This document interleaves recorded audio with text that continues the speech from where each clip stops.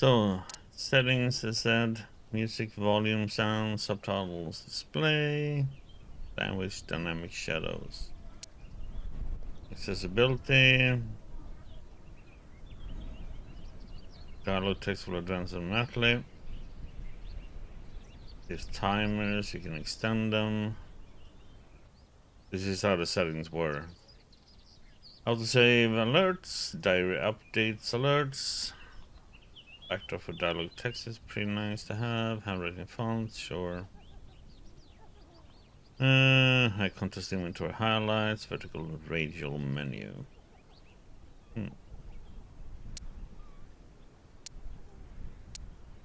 Let's go.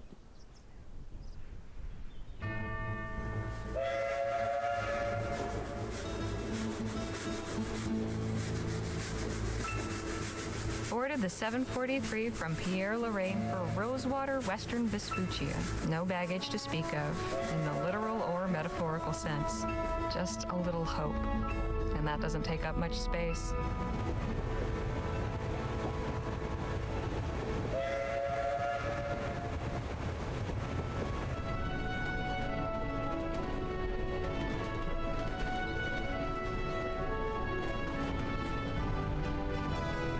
Much has been said about the western frontier. The perilous wilderness, the lawless towns, and the tough, hardened folk who make their way out there. Usually to get away from something worse. I suppose I'm about to become one of them myself. There's just one thing Rosewater's got that no place else has. An opportunity with my name on it.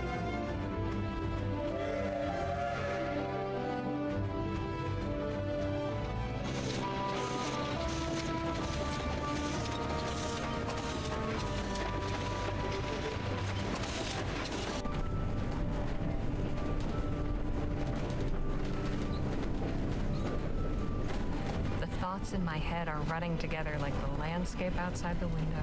Excitement and trepidation and boredom mixing like the scrub and rocks and soil into one long blur.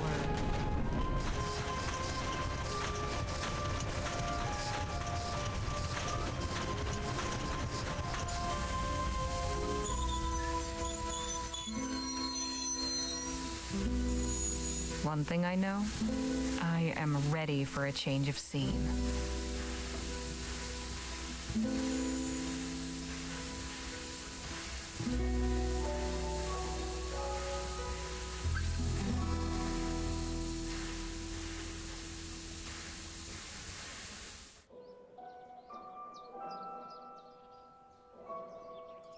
Western Vespuccia, the town of Rosewater. 1850, huh?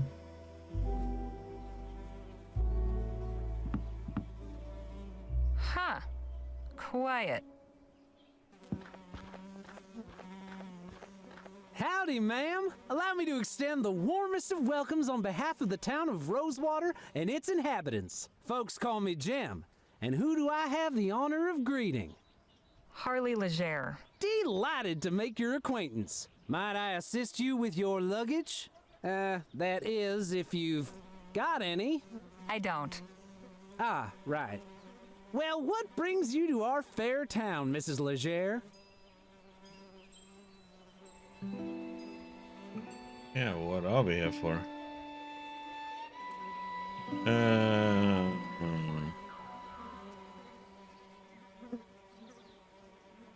I'd say we're here for a job, yes. Miss. And I'm here about a job. Planning on sticking around, huh? Say, what line of work are you in? If you must know, well, I write. There's an opening at the Rosewater Post. Well, best of luck with that. The editor at that place ain't somebody you want to cross. Then we ought to get along fine. I'm sure you will. But as official town greeter, allow me to offer a small caution. Rosewater ain't always such a sleepy little town. Hey! Say, I've just remembered another engagement. This how you welcome new arrivals? I have a mind to give you a thrashing.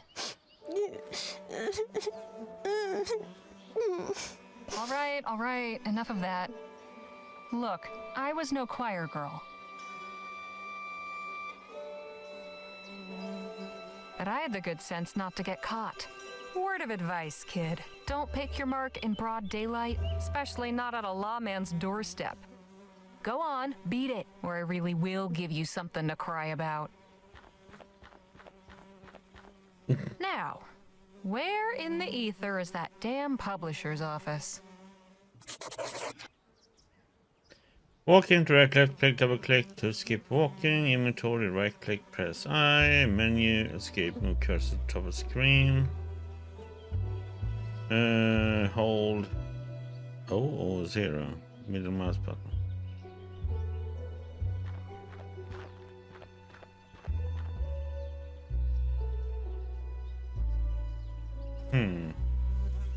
Let's go back here and see what's in here. I don't know.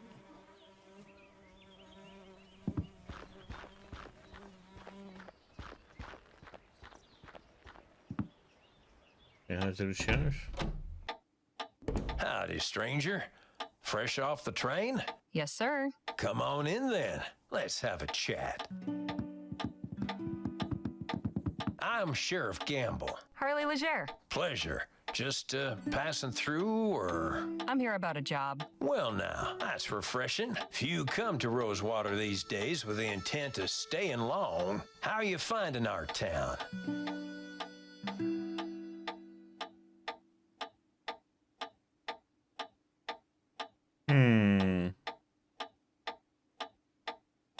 I can't say much for the welcoming committee. Beg pardon? I wasn't in your town but 2 minutes when I was accosted by a pair of gutter snipes. They should thank their lucky stars I was in a good mood.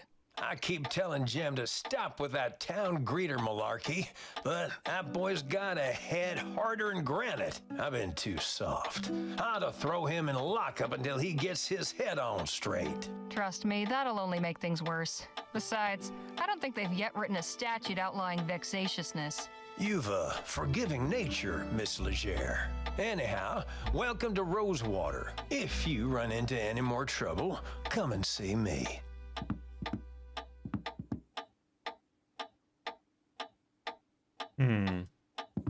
Looks like a pretty rough sort. This fellow still at large? Yep, but I reckon he's left the province. Reminder, confiscated items to be placed in the box below. A plain leather bag. Wonder what's inside. What's in the bag? Oh, that's a set of lockpicks I confiscated from a would-be burglar.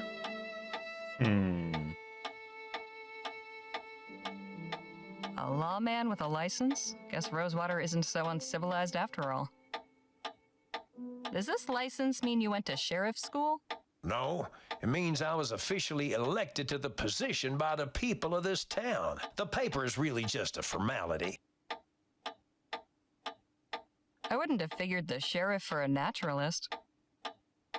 Fancy yourself a lepidopterist? Hardly.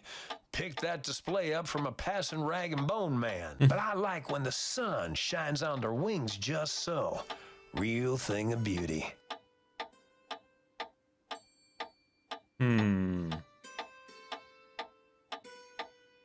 Doesn't look too comfy, but I guess that's the point. Does this cell see much use? Nah, not really. Well, that's fine by me. The less I have to clean out that pot, the better.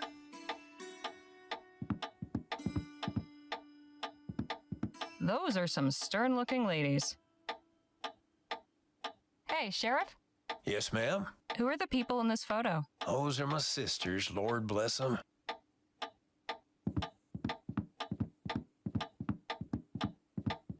Sadie died a few months after this picture was taken. I'm grateful to have this to remind me of her smile. Irma's a real sweetheart. Don't think I ever met a kinder soul. I hope she's doing well. Reba married an oil man. I think they're living in some big mansion on the coast somewhere.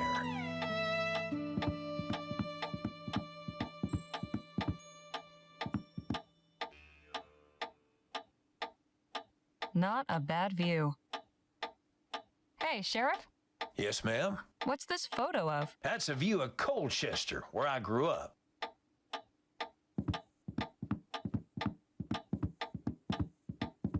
It ain't exactly a metropolis, but it's got character. Sometimes I find myself wondering what life would be like if I'd stayed. The winters were so cold, people's sentences would hang in the air for days. Okay.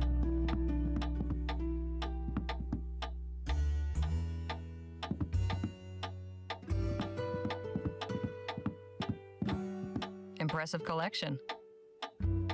Hey, Sheriff, What's on your mind? what's the story with these guns? Now these are standard issue repeaters, pretty powerful rifles. Thankfully, I've yet to use one in the line of duty. Wouldn't want to be on the receiving end of one of these.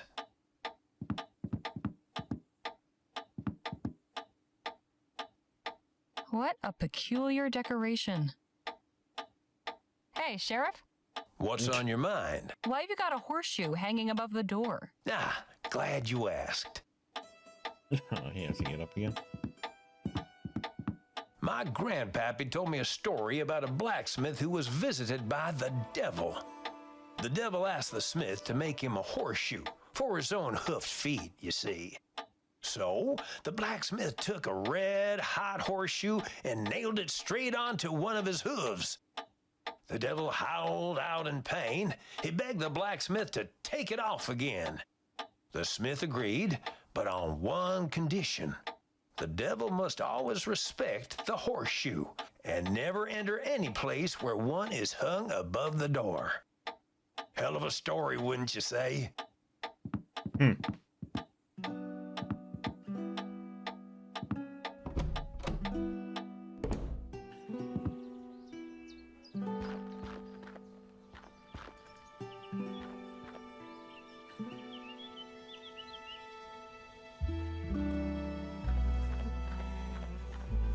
Looks sturdy, but there's some rot creeping around the handles. Soft drink crates, a sugary, fizzy way to beat the heat. I hope that isn't the town water supply. Can't be a good sign when even the blacksmith goes out of business. No shoes for you, horsies.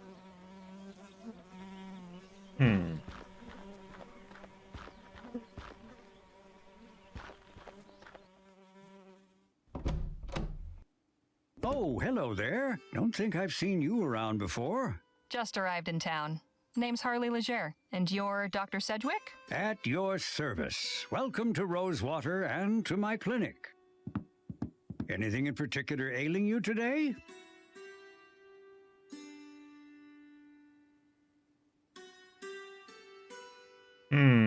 I'm really just making my way around town. Fair enough.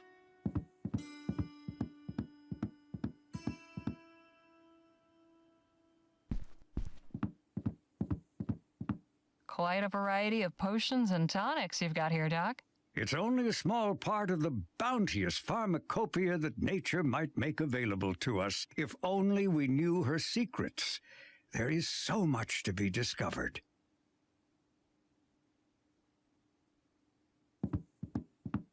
Medical College of Wicks? Never heard of it. It's in central Rotterdam. Not quite the University of New Britannia, but then what is? I imagine you get your hands pretty dirty in this line of work? It's for cleansing before, not after. I am a follower of the modern European theories, positing that disease follows from the propagation of tiny animalcules living on the surface of the skin. Thorough washing with soap and water is said to eradicate them. Drown the little bastards, huh? Something like that. Well, that's just disgusting. Not disgusting, it's fascinating, awe-inspiring. To each his own. What's in the pouch? Oh, just some supplies for house calls and emergencies.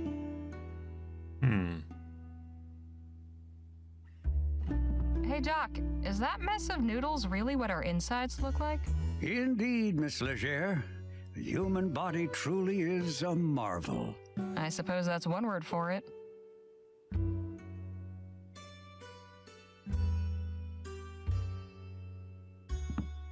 Please, don't touch that, Miss Leger. Okay. Can't do anything with that right now. Let's go out. There's a lock pick over there. We got some med supplies there.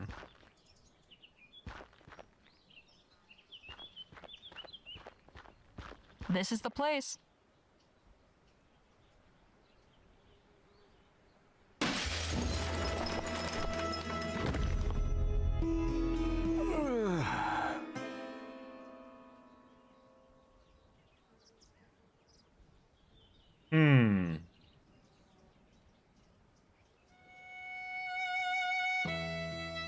Holy hell! Are you all right, mister?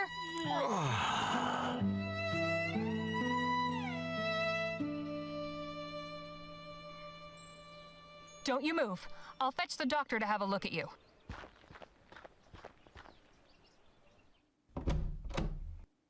Doc, come quick. I've got an emergency. How can I be of service? Some poor fool's just fallen out a window. At the Rosewater Post? Yes.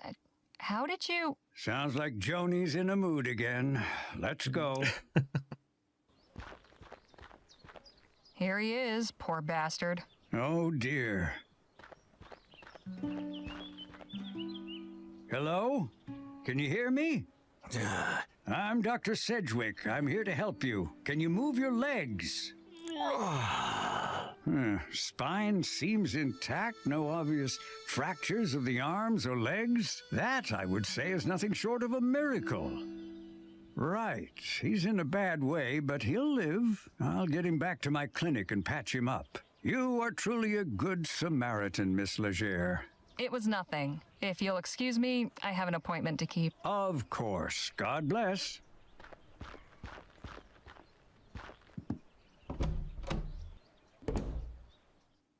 Hello, can I help you with something? I'm here about the writing commission. Ah, yes, you must be Miss Leger. I believe you and Joni exchanged some correspondence on the matter already, yes? Yep, got the letter right here. May I see it, please?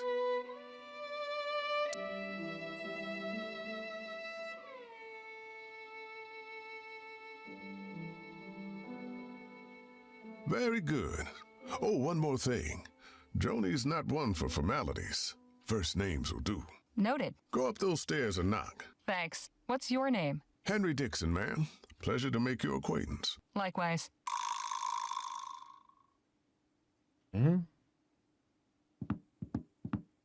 Cozy. That cabinet's better organized than I'll ever be.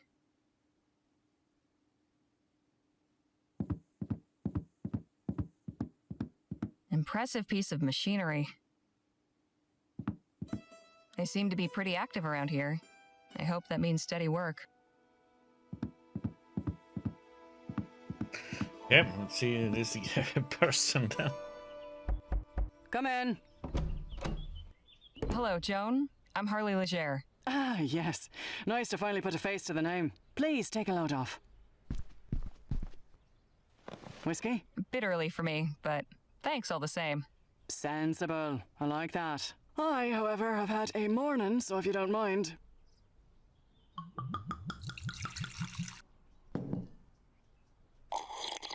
Irish, huh? Say, Redhead? have we Oh, met boy. before? Something about you seems familiar. I don't believe so, no. Well, let's get down to the meat and potatoes, shall we? If you're going to join our little family here, I'd like to know more about you.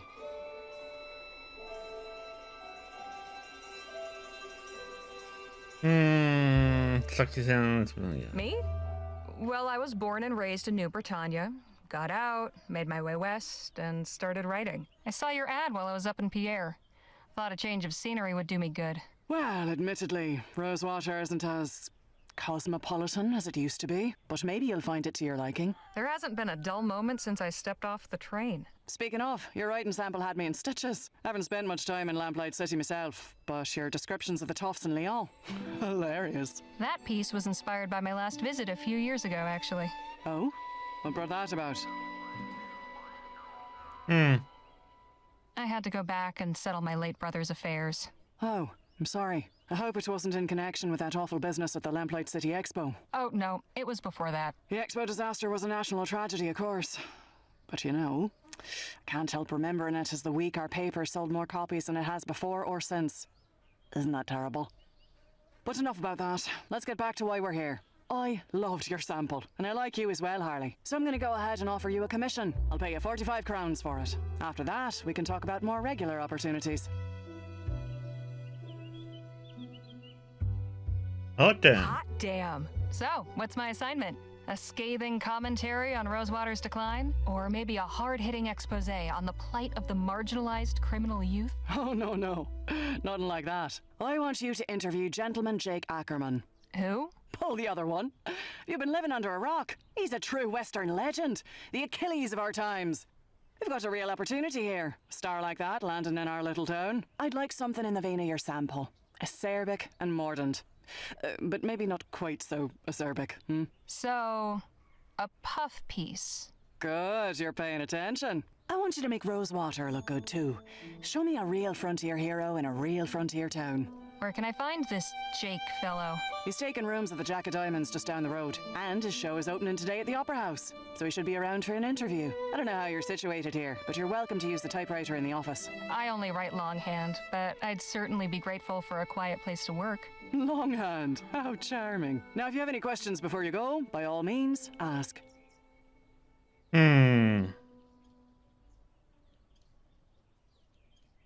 So, who was the man that went out your window? Not another writer, I hope. Oh God, no. You're the only applicant we've had. Don't worry about him. Just a rabble-rouser with an axe to grind. Thought he could burst in here railing about my journalistic integrity. Most folks stick to writing letters to the editor. I tried to calm him down, but... well, it didn't go that way. I see. The Rosewater Post reported on the Lamplight City Expo? It was only the biggest story that year. I still got copies of the article saved. Here, read it for yourself. Disaster at Lamplight City Expo. The Fury Pavilion at the Global Exposition in New Britain, Kingsland, was the site of a terrifying disaster that claimed 15 lives on Saturday. During a demonstration by apheric researcher Dr. Bennett Clark, a device known as an apheric generator malfunctioned and released bursts of energy into the audience, instantly vaporizing 14 attendees in one stage system. Okay, damn. Can I keep this? Frame it if you like. Any insight you can give me about the town? It's a far cry from what it used to be. In a way, it's nice not having to hear the noise from the saloon at all hours, but... oh, I don't know. Folk who moved on took some of the charm with them.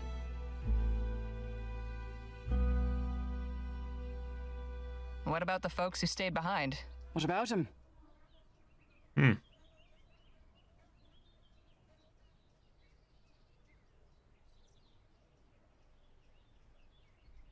If so many have left, what's keeping anyone around? Some are stubborn, maybe. Some are just stuck. But I can only answer for myself. I've put too much work into this paper and this community to think of leaving it behind. As for everyone else, you'd have to ask them yourself. I'm curious, how did the Rosewater Post get its start? Well, my dad was a union man. He worked the printing press for the Allied Fall Creek Miners Cooperative.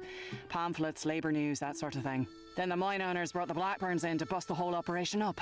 My dad was laid up for months and could never work again after. But we still had to eat, didn't we? I took all the equipment from the old shop and started printing up an early version of the Post just to bring a little money in. At first, it was all just community notices and advertisements from local stores. Over time, I got the hang of the whole journalism thing and turned it into a real newspaper. I'd best be on my way. Right you are. Wait a minute. What? It's just come to me. I know why you look familiar. You're Spitfire Harley. Goodness. It's been a long time since anyone called me that. I saw you fighting back in 26 at Wellesley Hall in the Chum. You took out a brute twice your size with a right hook. Pow! It was like watching David bring down Goliath. I appreciate the kind words, but that was another life. Maybe so, but for a 14-year-old kid fresh off the boat, it was pretty damn inspirational. Thanks, Joan. Appreciate it. Of course. And please call me Joni.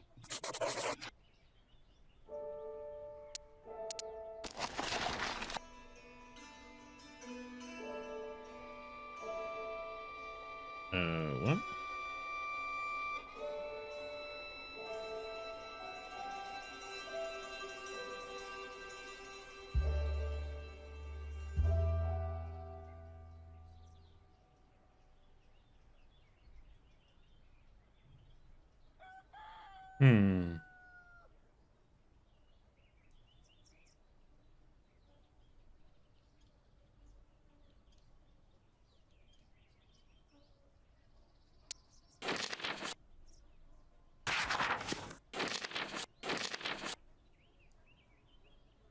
Pounds 20, huh?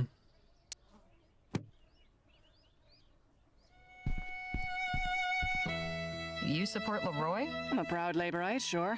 I'll admit he hasn't been my favourite PM. But the way things were going with Atwood and the Tradists, this place would have been swallowed up by an automated newspaper conglomerate. Labour Party gets me vote any day of the week. Fair enough. The New Britannia Gazette. Keeping tabs on the competition? Hardly. I kept that issue because they mentioned my paper. Nice typewriter. The first. Good old Sheldon Model 4. Hey, that's Devil's Tooth. I passed it on the train right here. Quite a sight, isn't it? Fascinating device. Isn't it just? To think, I can send messages from here to Bright Bay with the press of a lever. What will they think of next? Is this the first edition of the Rosewater Post? Yep, March 30th, 1845. One of the best days of my life. Okay. See you later, Joni. Take care of yourself out there. Spitfire Harley, writing for my paper. Now don't that just beat all?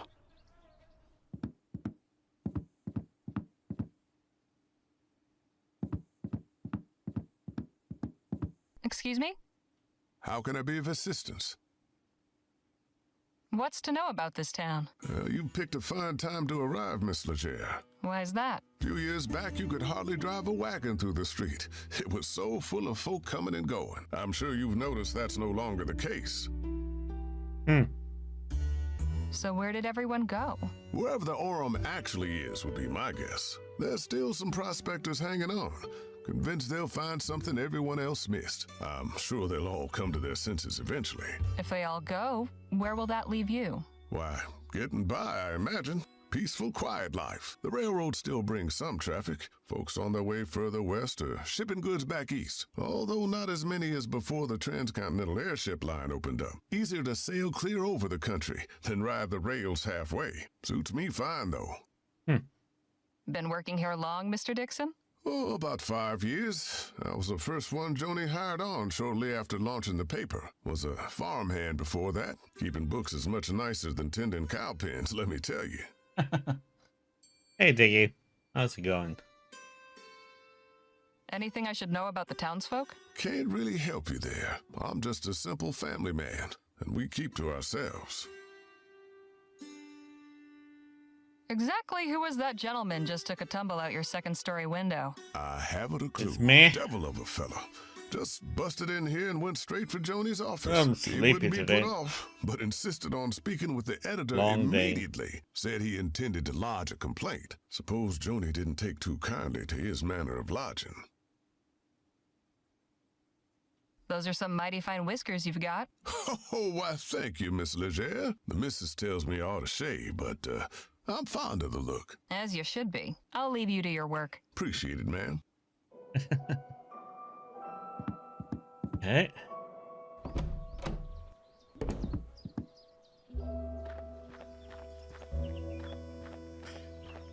I wonder if he's busy with him and we can take the bag.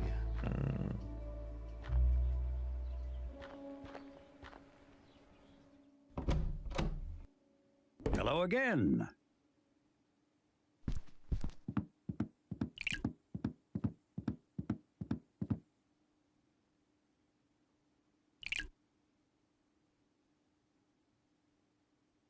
Yeah, we got it this time.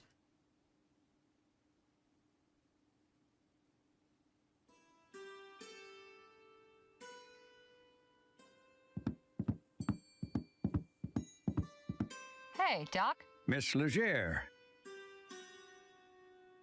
So, how's the medicine business? What a question. I'm a physician, Miss Legere, not some two-bit snake oil salesman. Didn't mean to imply you were. I'm sure. At any rate, I've not had many patients of late. This poor soul is the only one this week. But that is the physician's dilemma, is it not? We are taught that idleness is a sin. But better that I am idle and the townsfolk healthy than my surgery be full of the ill and infirm.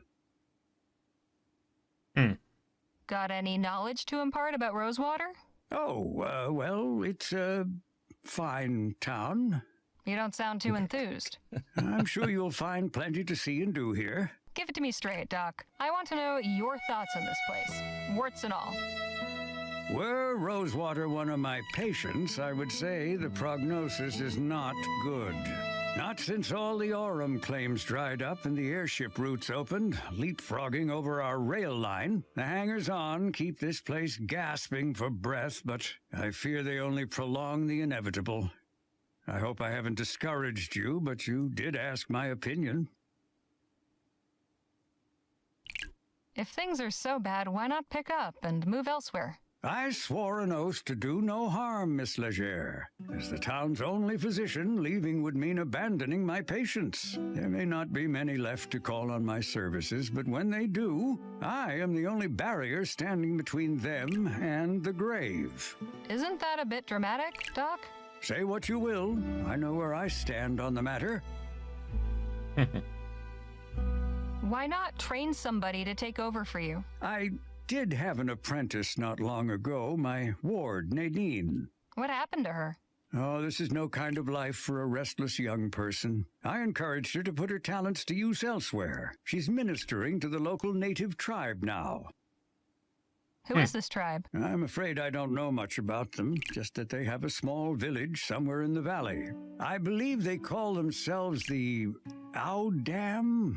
Autumn? I'm not certain of the pronunciation. At any rate, they don't come to the town, and I imagine the townsfolk mostly let them be as well. You must know all about the townsfolk. I am well acquainted with all their ailments, proclivities, and vices.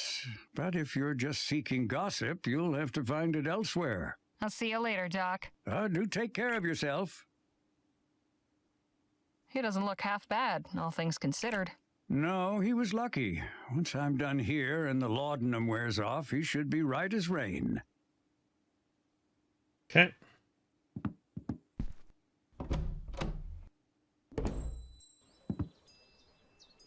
Doo, doo, doo.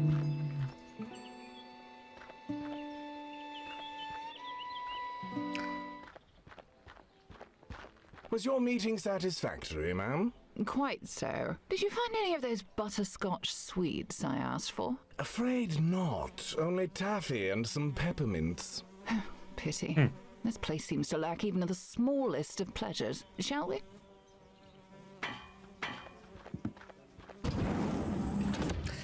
That was a snob.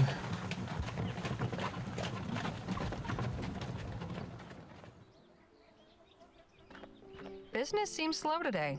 Probably a good thing.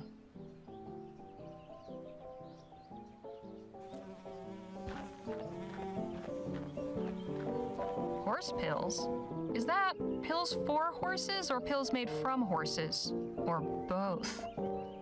Wonder if the whiskey here is any better than the rock gut back in Pierre. Looks like it's been up for ages. Wonder if they ever caught the guy. Or maybe he retired from crime. Or died of old age. Shabby, but I've been to worse.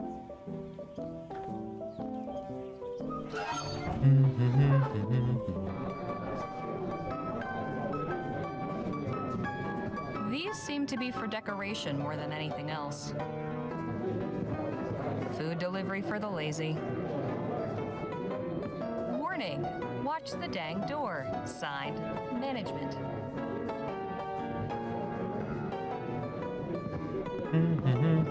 The local populace getting sloshed.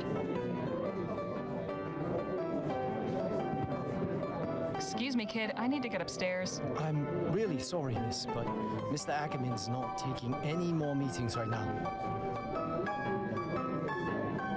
I'm here on behalf of the Rosewater Post. Did you make an appointment? No, I just got the assignment. Okay, look, Mr. Ackerman's upstairs getting ready for his show. It starts in less than an hour. Why don't you come by and watch? You can come meet him afterwards. I just need to interview him for a newspaper article. Well now, that's perfect. If you're going to write about him, you should definitely see the show. Trust me, he's a real dazzler. Suppose it beats waiting around here. Okay.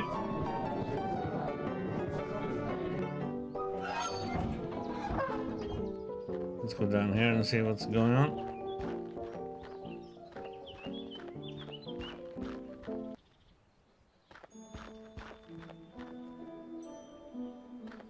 For 20 coppers, it had better be one hell of a show.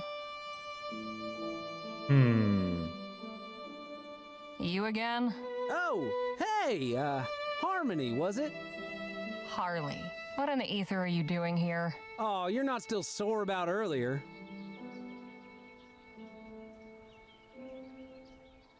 Nah, but your little friend might think twice about hoodwinking strangers again. Look, nothing personal. My brother and me are just doing our best to get by. Your brother?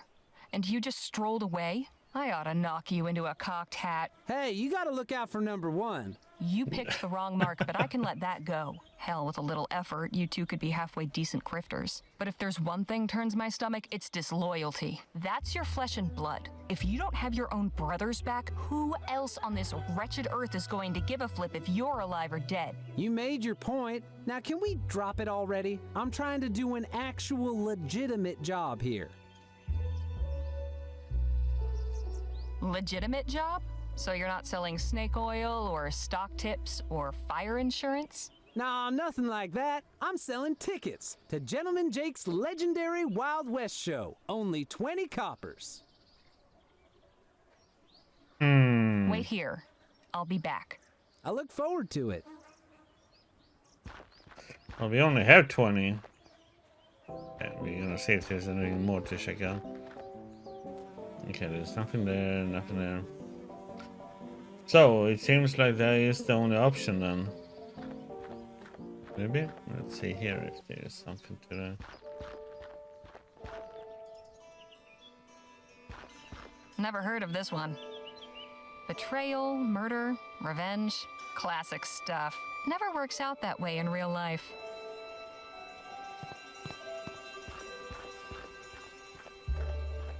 Dr. Bennett Clark, Master of Ethericity. All right, the Ethericity fellow. I didn't know he was working out here.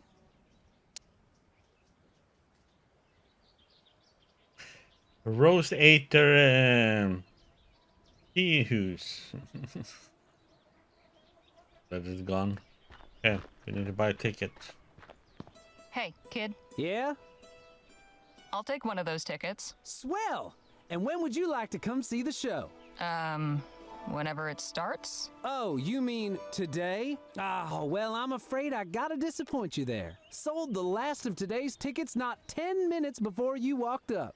Seriously? Seriously, this ain't exactly the Coliseum. It only fits so many, and folks around here are real excited to see Gentleman Jake in person. All right, look. I don't need to see some yahoo firing off his pea shooter. I just want to talk to this Jake fellow. And I'm sure Gentleman Jake would be happy to meet you if you had a ticket to get in.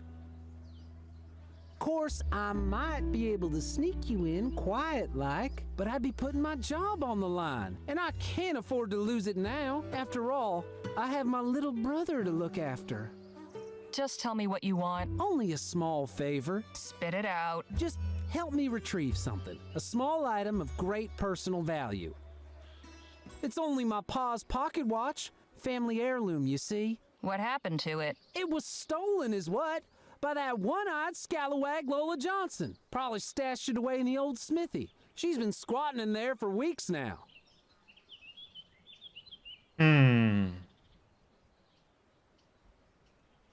Where'd your brother get to? Keeping out of trouble? Matter of fact, he's trying to make good after that screw-up earlier. Decided he's gonna try and get Pa's watch back all by himself. He's real tore up over losing it.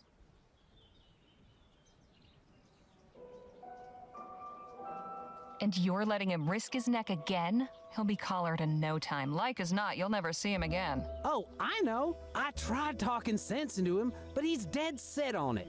Wants to prove himself. But he'll be in real hot water if he gets caught, which he probably will. That's why I'm asking you to do it before he goes and does something stupid. I can tell you could pull it off. No problem.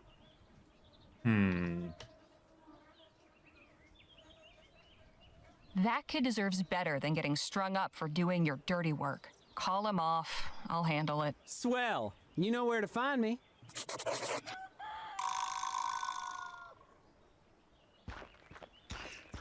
So,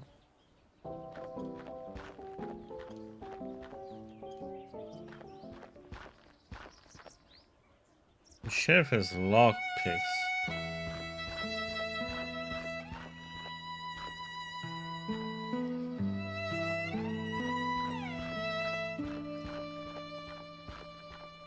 Do we have anything?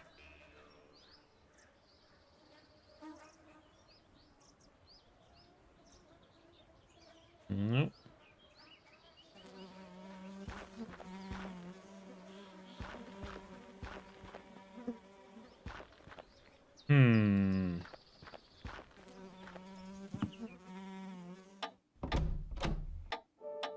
Welcome back, Miss Legere.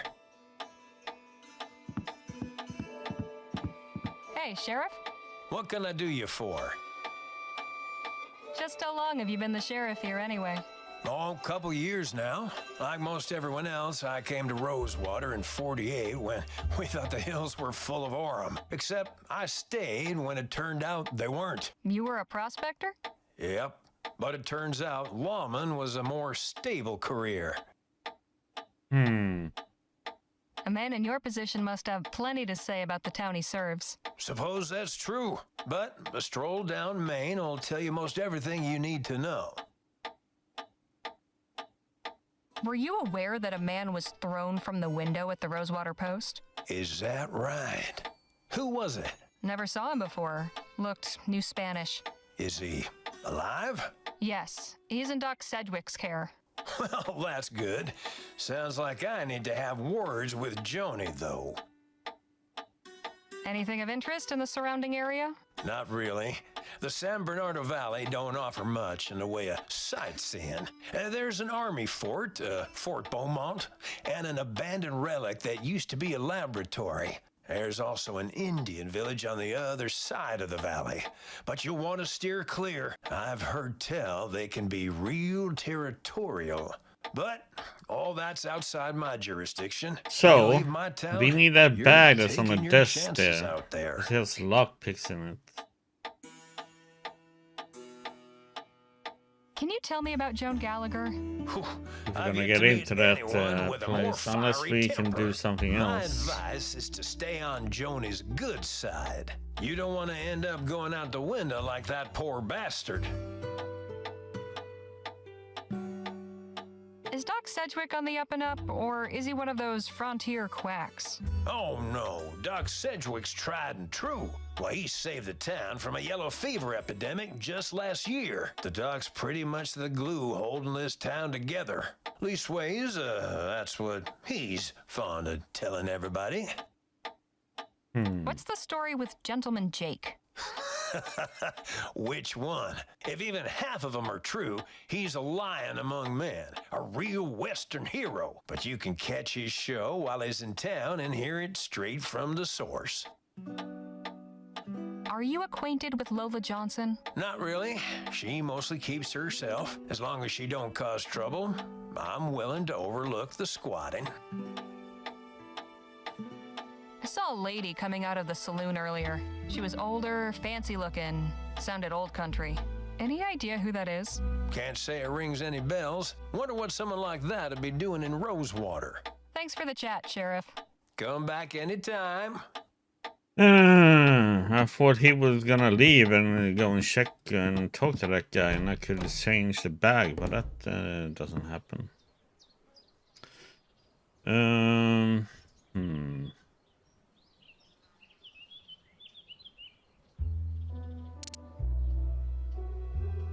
No. Can't go there because he has walks us back. I'm missing something.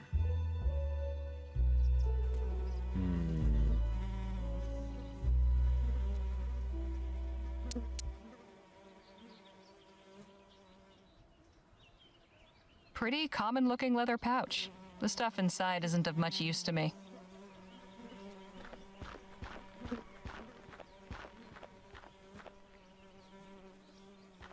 Let's see if we can find maybe a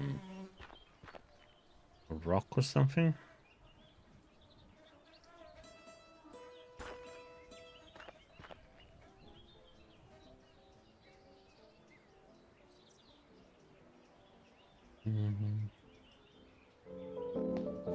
Let's see what happens if you press this button here. Now that is mighty tempting.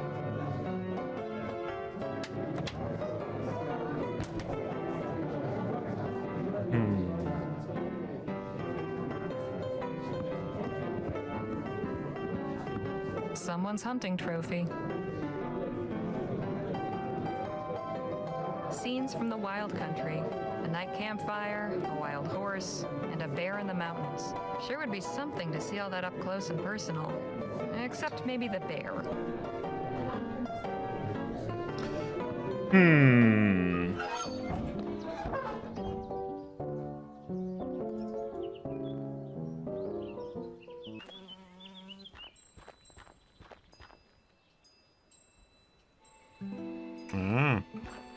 This place is falling apart, but these stone tiles were nice once.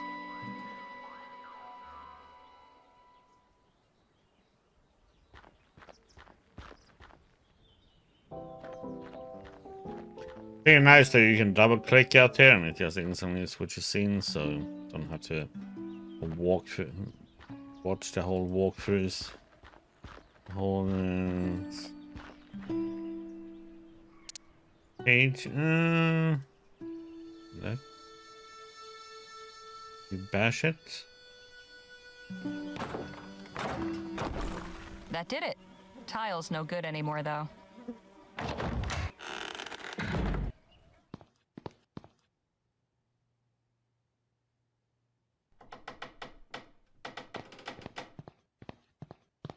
Did the blacksmith dabble as a Wainwright? Mm-hmm.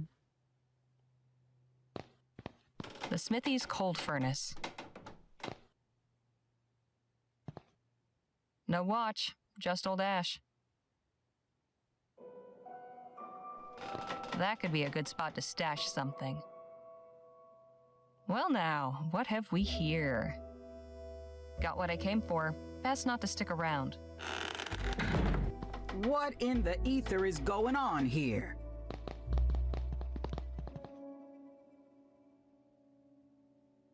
You must be Lola Johnson. That's right, Lola Johnson, who lives here.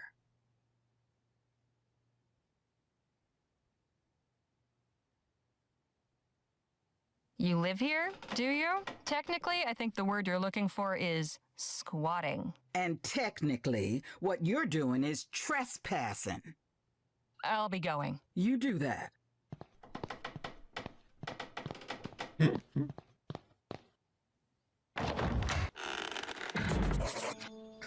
Oh, we got what we needed.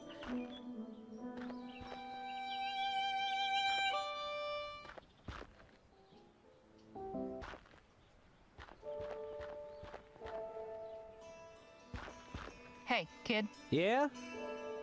here's your watch back. No fooling. You actually got it?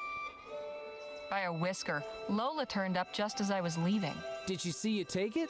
Don't think so. Anyways, that's my part of the bargain held up. You gonna let me in now? Sure, go on. Oh, and thanks. I know we've had our tiffs, but I really do appreciate you getting this for me. My dear departed pa can rest easy again knowing his watch is back where it belongs. I doubt that That's is not his... your watch at all, is it? Well, it is now. Kid, if I were you, I'd make myself scarce. Otherwise, the only way you'll be able to tell the time on that thing is by squatting over a mirror. You get me? Yes, ma'am. Of course it wasn't his. Ladies and gentlemen, boys and girls of all ages, are you ready for some thrills? Are you ready for some excitement? Are we? Are you ready for some fun?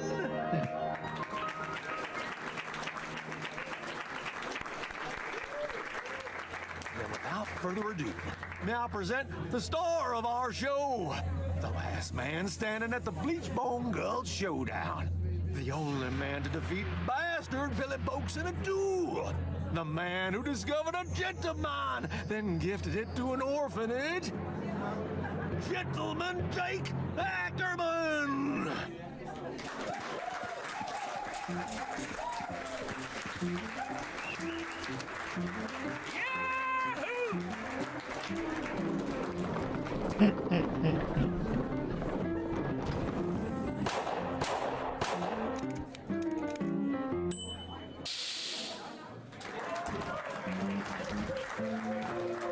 Thank you, Charlie, for that wonderful introduction. Hello, everybody. Welcome to Gentleman Jake's Wild West. We got a heck of a performance for you today, but first, allow me to introduce my brave and loyal assistant, Danny Lowe.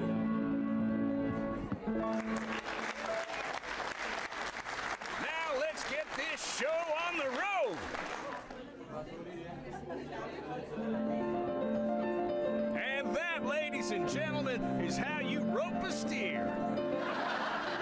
Keep it going, Danny. Maybe you'll lasso yourself one someday.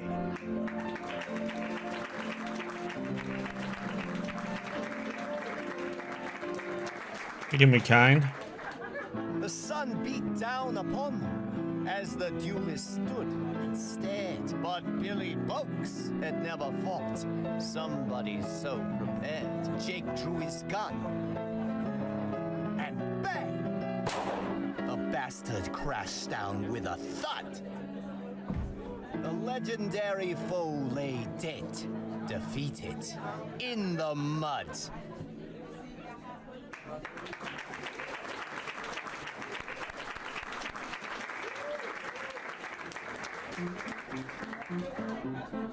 And now for a most challenging proposition, perhaps the greatest feat of marksmanship to which a man can set his sights. You see those 5 juggling balls that Charlie keeps whirling aloft in such a dizzying display? Ladies and gentlemen, now fix your eyes on that green ball in particular, and do not dare blink. For with but a single bullet, I will pluck it from the very air.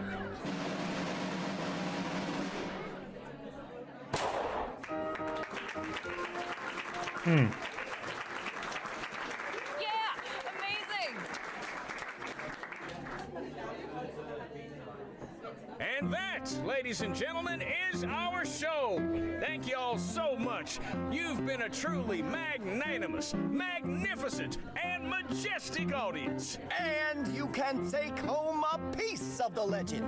Come on down to the Jack of Diamonds to get an autograph or a souvenir ferrotype. We'll be there until last call. Stop by and shake hands with Gentleman Jake.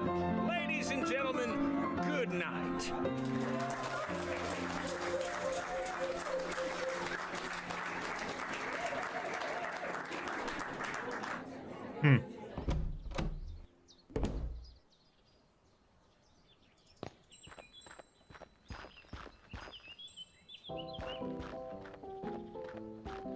I'm telling you, Jake, I need that money tonight. You knew the deal going in, Charlie. There's nothing I can do about it. We'll see about that.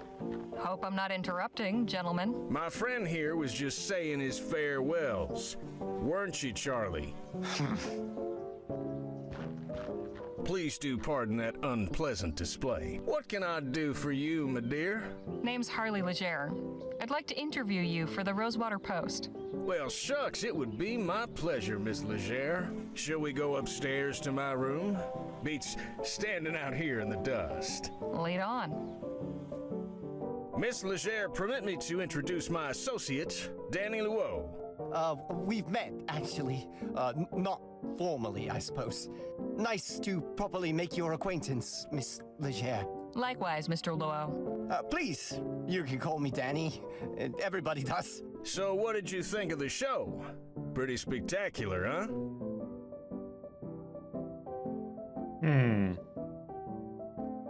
It was pretty good. Yes, that's definitely the word for it. I'm glad you think so. Shall we proceed with the interview? Right.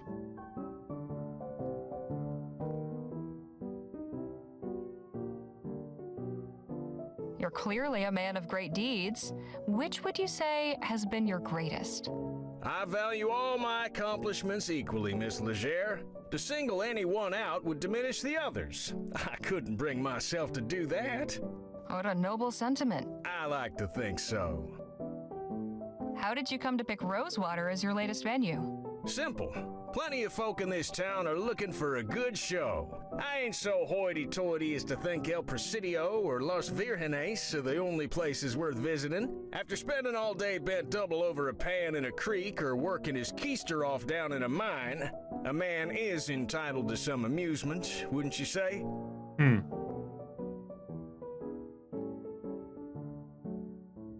What's something nobody knows about you? Give me something juicy. I'm something of an open book, Miss Leger. Keeping secrets ain't really my modus operandi.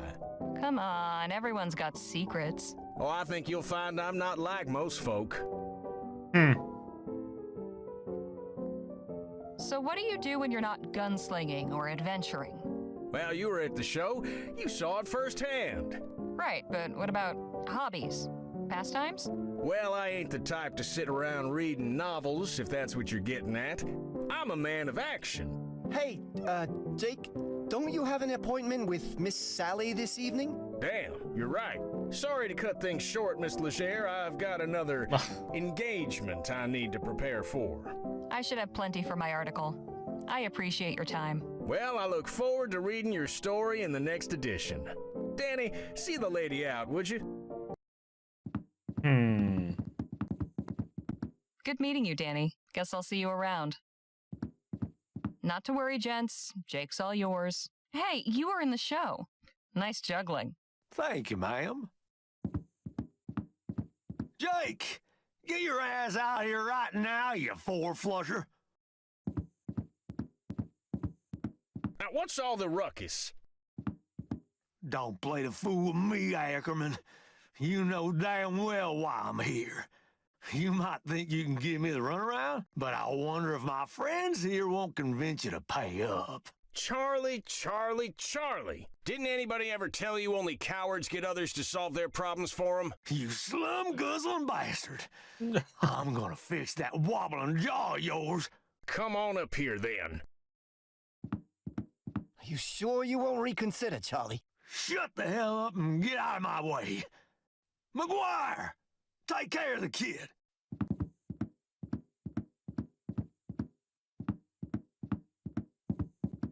Let's dance, cowboy. I suggest you clear out while you can, little lady. This can get ugly. From where I'm standing, it's pretty damn ugly already. Hey! So that's how you want it, huh? Fine. I'll let the boss deal with you when he's done.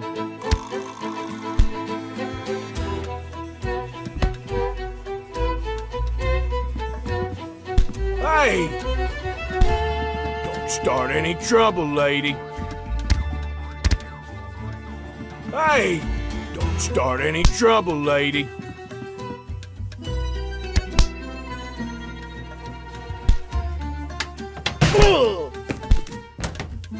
Whoopsie daisy.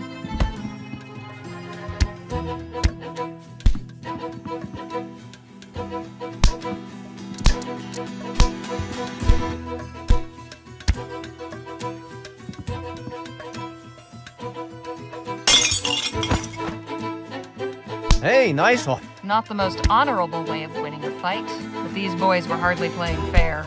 Hey, Charlie. Looks like your guys weren't as tough as you hoped.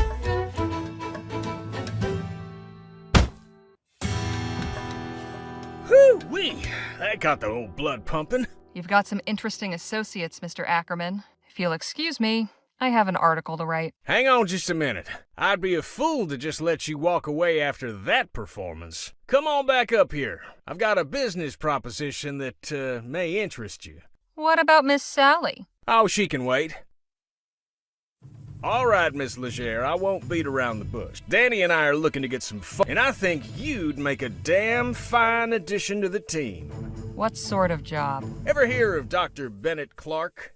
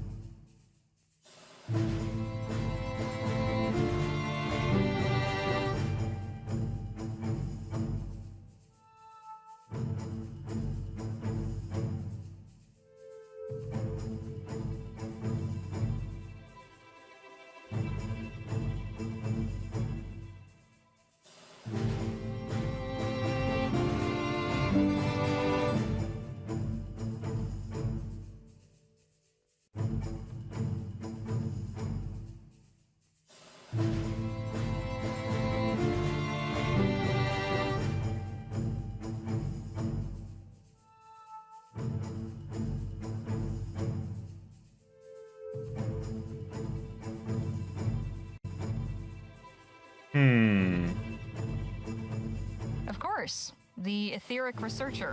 What about him? Dr. Clark moved out here not long after the big disaster back in Lamplight City. He kept up his research, even did some demonstrations at the Opera House. Till one day, he just up and vanished. Nobody's seen hide nor hair of him in nearly a year. Yeah, I mean, if it's been a while, that's why I can play them again after a few years. Depends on the game. Some you can play it earlier, but some you want to like forget the story a bit. Don't remember too much of it. So is he dead or what? That's the thing. Nobody knows. But the real question is what he left behind. We're going in search of Dr. Clark's fortune. Come again? The feller was loaded. Somehow he managed to talk a bunch of big money investors from back east into financing his research. All those gizmos and doodads don't come cheap, you know? We find his stash, we'll all be rolling in it for years to come. Stash? What stash? Surely it's all just numbers on a ledger somewhere. Nope. I'm telling you, he kept his assets in cold, hard cash. So you're looking to rob a man blind just because nobody knows where he is? Now, nothing so uncouth as that. Picture this, a swashbuckling pirate captain, his vessel freighted with treasure. The vast fleets of law and order circling him, closing in. He digs a hole in the sands of some sun-kissed tropical beach to conceal his ill-gotten loot and makes himself scarce. Circumstance conspires to deprive him of the opportunity to return. Now, is the brave treasure hunter who seeks and unearths the bounty guilty of robbery? Or is he just returning to the world what would otherwise lie forgotten and worthless? See, we're not after Clark's personal wealth. The money in question was meant to bankroll his etheric research. Since that's been outlawed, he can't touch it. And it's a drop in the ocean for the investors. They'll never miss it. How many folks are you planning on bringing into this? That depends on what we find. But I promise you, we'll all get a fair split. Enough to make it all worthwhile. What's your plan? Clark had a lab nearby, a couple miles outside of town. Last place anybody saw him. We poke around there, retrace his steps, and it should lead us straight to the loot. Uh-huh. Now, call me crazy, but I get the impression you're not entirely convinced.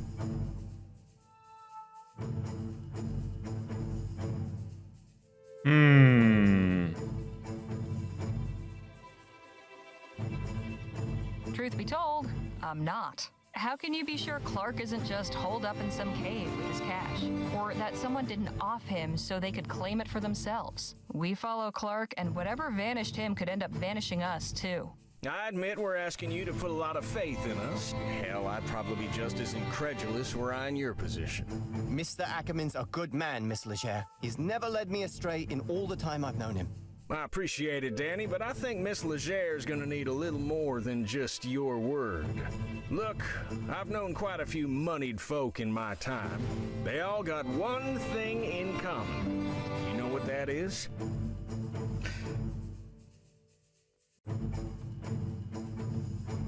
They couldn't give a rat's ass about folks like you and me. I admit I cannot emphatically contradict you there, but not what I meant. So what do they have in common? They're good at keeping their money safe. Clark's cash is out there. I just know it. As far as your safety, you just took out a couple of brutes twice our size. It's plain to see you can take care of yourself. I'm pretty good with my pistols, and Mr. Ackerman can talk his way out of anything. But we could use somebody who's good in a fight. Besides, stick around old Jake long enough and you'll have enough material to write a whole book. Forget a measly little write-up in the local rag. I'm offering you a front row seat to a much better show. So, what do you say?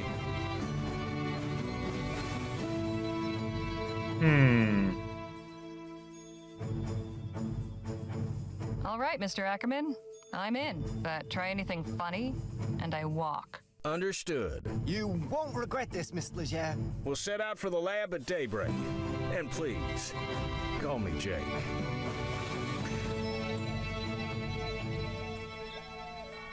Dr. Clark's laboratory is a short hike. There is a setting in this game, in the accessibility, that you have to click to go forward in the facility where he could get up to in who the chat. knows what.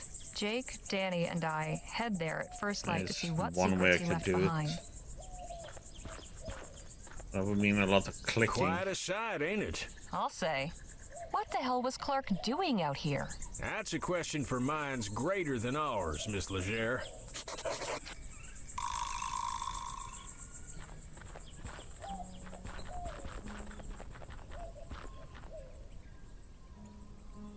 Now there's something you don't see every day. You can say that again. Eh? Can we talk? What's on your mind? I've got some more questions about you. I'm always happy to answer. How'd you and Danny get together? I was packing up after a run of shows in Quick Point, having a hard time of it. You see, my assistant had up and left a few days prior, so I was flying solo. Your assistant left? Why? The showman's life ain't for everybody. I don't fault him for it. Anyhow, Danny comes up and offers to help with the crates. You should have seen him.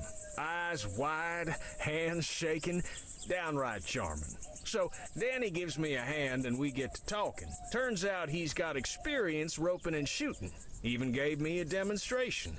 I offered him the job as my assistant on the spot. The rest, as they say, is history. Just how did you come to learn about Clark's money? Not long ago, I got to talking with a feller at the saloon. The whiskey had loosened his lips and he blabbed all about the success of his Orem claim. But then he told me about how he'd invested most of that Orem in Clark's research and how he wasn't the only one. And you're certain these investors won't be wanting their money back? Can't speak for the rest, but this feller won't. See, his aforementioned loose lips got him into trouble with some other folk. Poor bastard was shot dead in the street. I see. Would you care to recount some of your previous adventures? I'd love to, but I'm afraid now just ain't the time. Soon as we have a respite, I'll be glad to regale you. I'm impressed, Miss Leger. Never thought I'd live to see the day Jake refused to tell his story. Enough jabber. Let's push on.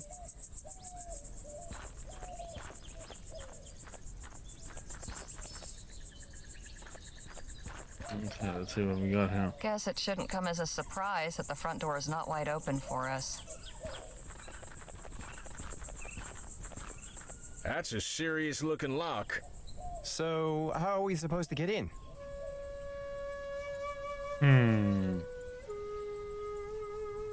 Know if there are any locksmiths in town? I'd prefer if we handled this ourselves. My old pal Captain Stokes is stationed nearby at Fort Beaumont. He owes me a favor, or two. Maybe he could give us some high-powered equipment to get inside. You read my mind, Danny boy. Wouldn't do any harm to take a look around out here first, though.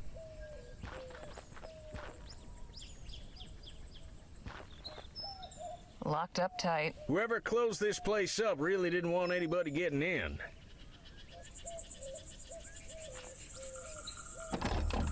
This is one of the sturdiest locks I've ever seen. I think we're gonna need to get creative. The fort stockpile might have something that could help.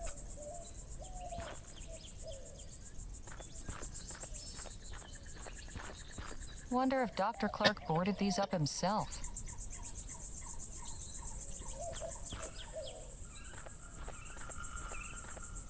Must take ages for any correspondence to get out here. Probably beats having to hike into town, though. Looks like Clark missed his last mail delivery.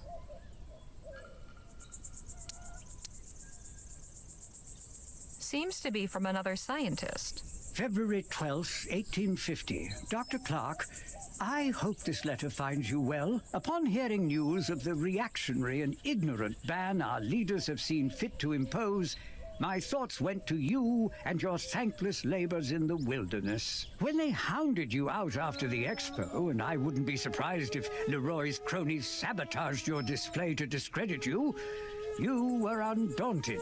After enduring such a trying year, I know how much building that lab out there meant to you. A turning point in your fortunes, or so it seemed. Yet I am sure you will persevere once more. One day when rationality again prevails in the halls of government and this silly thing is lifted, I hope to take you up on your offer of a tour. If you've returned to the bosom of civilization by then, all the better. With warm regards, Dr. Roderick Nethersole. P.S. How you managed to rig a TT-180 console to control both your equipment and door mechanisms still baffles me. Mine is destined for the scrapyard.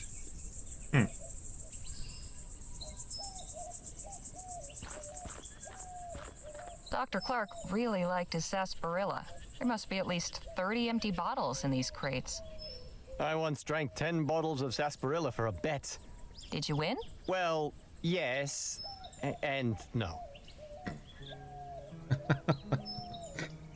So he did it, but paid the price afterwards, I guess. Doing some tidying, are we? We might find some use for these. Come help me. I can't carry them all myself. Hey, I ain't gonna start belly aching if you want to go around collecting refuse. Might fetch us a few shillings if we sell them back at the Jack of Diamonds. There you go. And some for you. Thanks. The good doctor was pretty self-sufficient out here.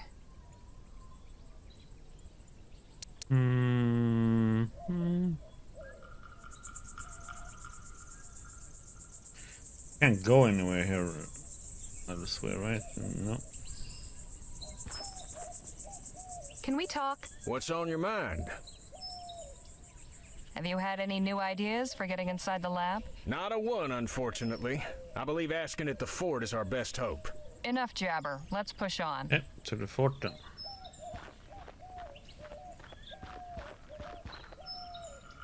And what the heck?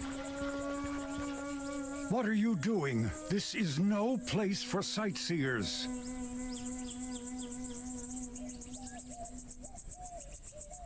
And just who in the ether are you? Such disrespect.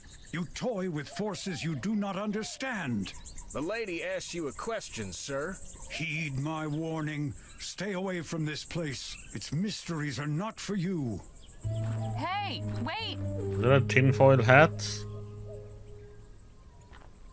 You forgot your... hat? What was that all about? Good question.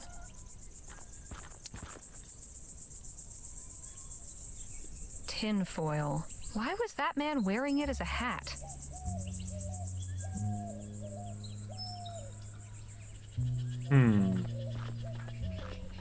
Maybe we need to use it, wear it later on.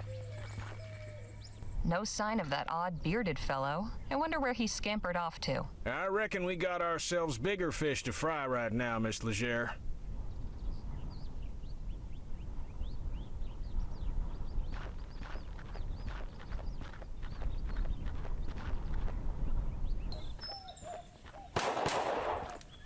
Hey, look, a show! What a racket. She's pretty good, though. Anda! Híjole! Caramba! That thing has seen some action.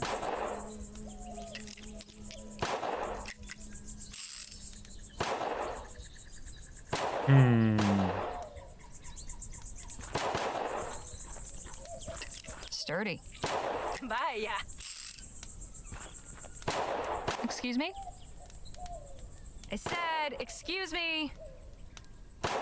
Hey! Caramba, you made me miss. What do you want? Who are you, and what are you doing out here? I am Marisol de la Vega, Lieutenant General of the Constitutional Army of New Spain. My compadre is Corporal Eugenio Garcia. Pleasure. I'm Harley Leger, and these are my associates Jake Ackerman and Danny Luo. Good to meet you. In answer to your second question, Eugenio and I are practicing our shooting while we wait for our jefe to conclude his business. Who did you say you were waiting for? Our leader, General Filomeno Marquez. Surely you've heard of him. Yes, of course. Who hasn't heard of the great General Marquez? Me, for one. Your companion would do well to educate himself. Perhaps General Marquez will see fit to honor you with his presence when he emerges from the belly of the beast. Do you know anything about the laboratory just over yonder? That abandoned wreck is a laboratory? It was at some point. Clearly you know more about it than I do. That's all for now.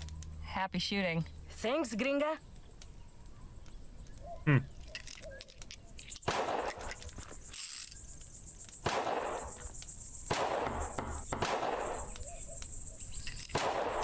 What is it?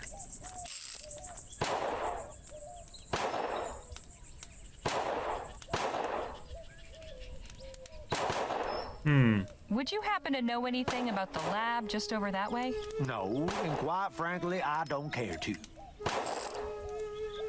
We'd like to come in, please. More unannounced visitors? Must be my lucky day. What country exiled you? None. We just want to speak with Captain Stokes. I'm afraid he's indisposed. Why don't you tell Stokes that Jake Ackerman needs a word? Gentleman Jake? At your service. We're not in the market for entertainment. It's like I said. Oh, damn blasted. Would you knock it off with the shooting already? I can't hear myself think! You call yourself a soldier when the sound of gunfire sets you quivering like a coward? Pathetic. Look, I can't help you. I'm sorry. I wouldn't be asking to see Captain Stokes if it wasn't important. I opened the gate for the last person who said that to me today. And what did I get as a reward? His 2 cronies raising hell for the past hour. No, ma'am, not again. What do you all get up to in this place? I'm really not at liberty to say, ma'am. Carry on, soldier. Right. Bye. Hey, Danny? Ma'am? How can we get into the fort? The guard seems upset about all the noise. Maybe he'll warm to us if we can figure out some way to take care of it. Who do you suppose that odd bearded fellow was? I don't know, but I hope we don't run into him again. He gave me a strange feeling. I want to know something about you, Danny. Okay. Like what? You and Jake known each other long? Gosh, that's a good question. I guess it's been about 2 years. Sounds about right. Time goes by quick when you travel around as much as we do. What did you do before becoming Jake's assistant? Oh, nothing glamorous. I was a stable hand in Quick Point. Life with Gentleman Jake is certainly more, lively. Just how old are you One way anyway? to put it. I'll be 21 this winter, but I can handle myself just fine if that's what you're worried about. True enough. Danny's more experienced than some folk twice his age. You'd be a fool to underestimate him. Have you got any family? Sure. My parents and older brother live on the coast, near El Presidio. I write them every month. I haven't seen them in a dog's age, though. But Jake's been like family to me, really. We should get a move on. Okay, so we need to... Can we talk? What's on your mind? How are we supposed to get into the fort? Good question. I figured it'd be a breeze, but the guard's ornery as a mama bear with a sore teat. We need to figure out how to get on his good side.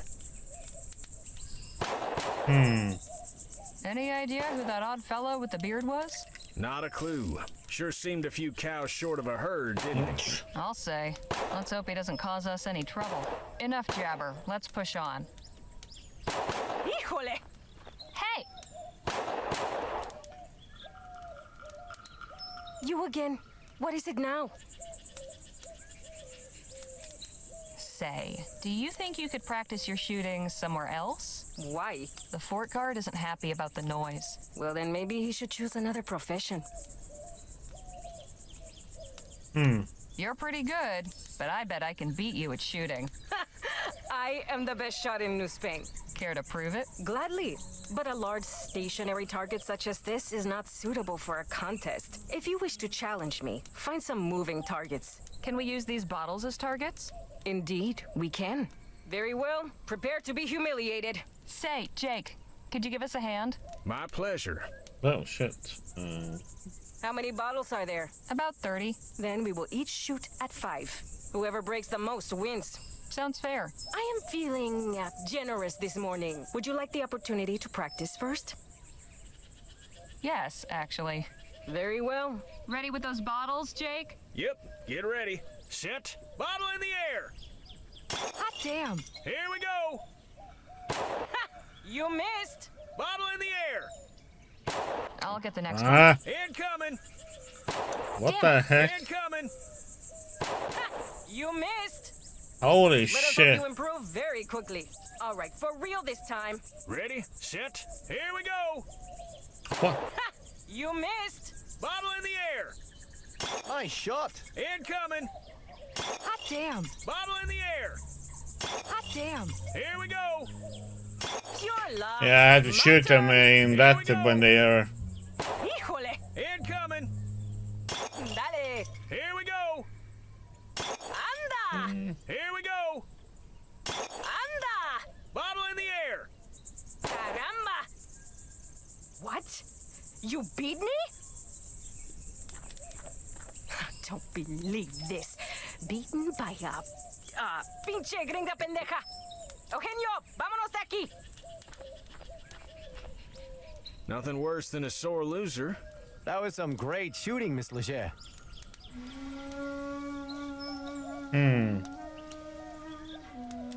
Thanks. She was a tough one. But you were tougher. Well played.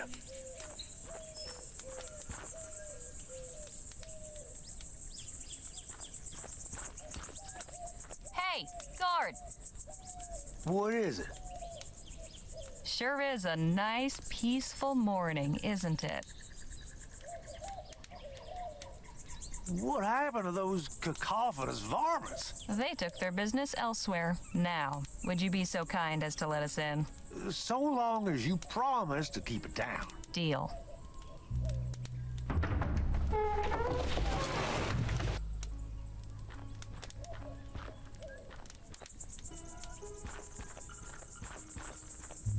Well now, what have we here?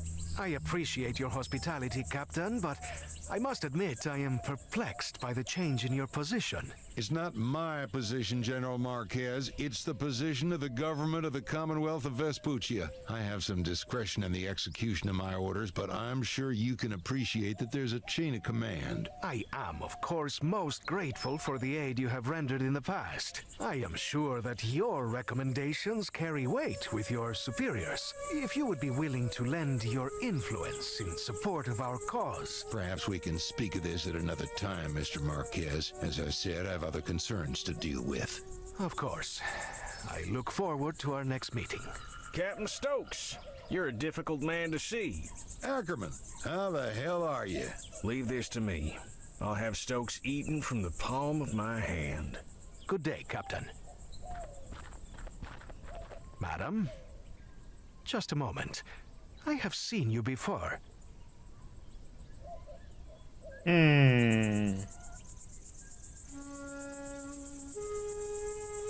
That's right. I'm glad to see you on your feet again. That was a nasty tumble you had. Of course. The newspaper office. I owe you my thanks. Happy to help. What's your name, anyway? Harley Leger. This is Danny Luo, and over there is Jake Ackerman. Sir? I am General Filomeno Marquez. Though Filomeno seems to be difficult for you Vespuccians, so you may call me Phil. Phil it is. Good to meet you. And you? What brings you to the fort? We're looking for help getting into the abandoned lab back there. And why might that old ruin interest you, eh?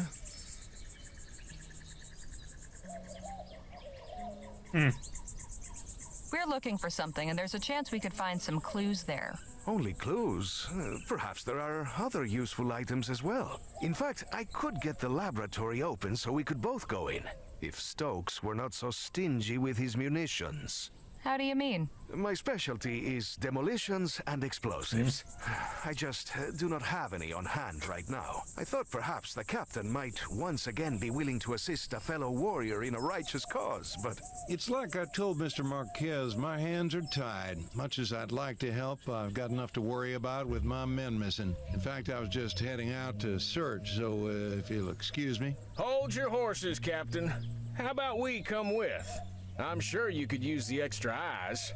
It's mighty kind of you, Ackerman. Can't promise it'll be safe, though. We'll be going near native territory. Come on, Stokes. You forget who you're talking to? I laugh in the face of danger. We'll ride with you. Your friend is quite the braggadocio, no?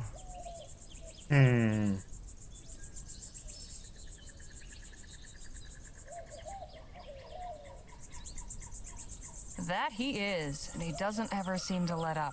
You're all in then? Apparently so. I will accompany you as well. Sorry, who are you? Y'all can get acquainted on the trail. Let's get going. Sun's almost up. Appreciate y'all coming out with me. Strength in numbers and all that. Our pleasure, Captain. Exactly who is it you're looking for? My first lieutenant, John Mulberry. So when did your man go missing? He left leading the patrol last evening and they never returned. I just hope the natives didn't get him. Things have been a bit tense of late. On the subject of missing people, did you ever cross paths with Dr. Bennett Clark? The mad doctor? No, ma'am. My man and I steered clear of him. Used to be we'd see strange lights and hear weird noises coming from his lab. Don't know what he was up to out there, but it weren't natural. Been stationed at Fort Beaumont long? Nearly 4 years now. For the most part, it's a fairly quiet post. Of course, Rosewater's nearby and usually good for a diversion. On that note, I'd be honored to have you at my show, Captain. Ah, yes. Soon enough, Ackerman.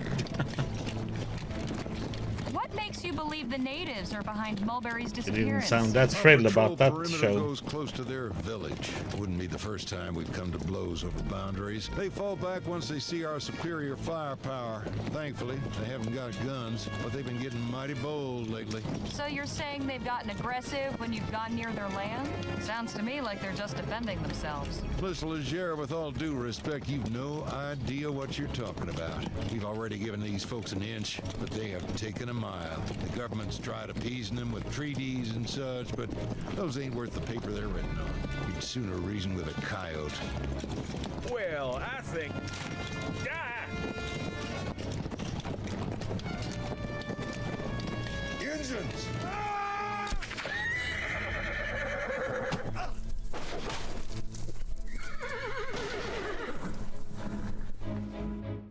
So far, we have been stymied in our efforts to search Indians? Clark's laboratory. Captain Stokes let out a search patrol, name. and he let all us supplicants tag along. But it wasn't enough to deter the native war party that ambushed us. Stokes slipped the trap laid for him, leaving us four to stand in his stead. Now we await intelligence of our captors and some sign of our fate. Well, isn't this a fine turn of events?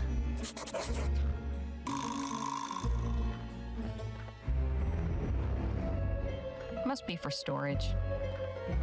Completely empty. Wonder what they use these for. Head catchers would be my guess. Hey, so funny. It was not meant to be. Empty. For now.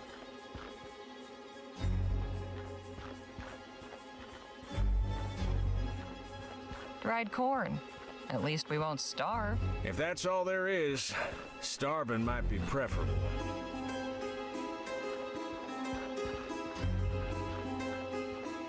This basket's full of soap. And at least we can keep clean. Uh-huh. Except there is no water in here. Then let's hope we can get out of here soon.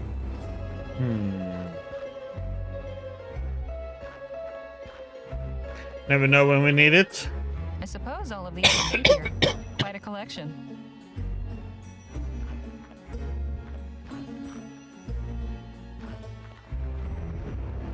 Phil? Eh? Hey, chin up, Phil. It's not so bad in here. Perhaps not.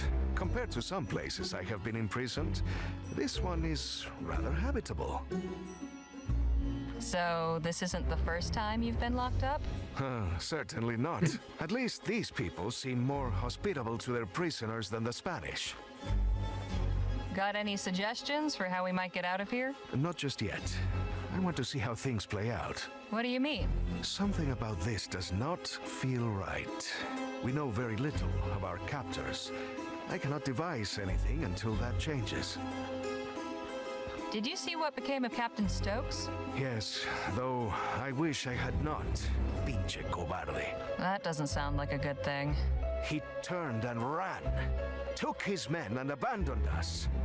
To think I held him as a man of honor. Bastardo! Whoa!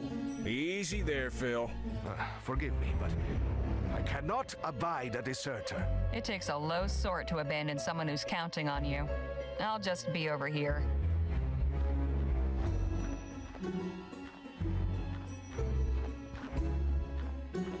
What do we get? This ceramic shard's got a very sharp edge. A block of soap. Now, if only I had some water.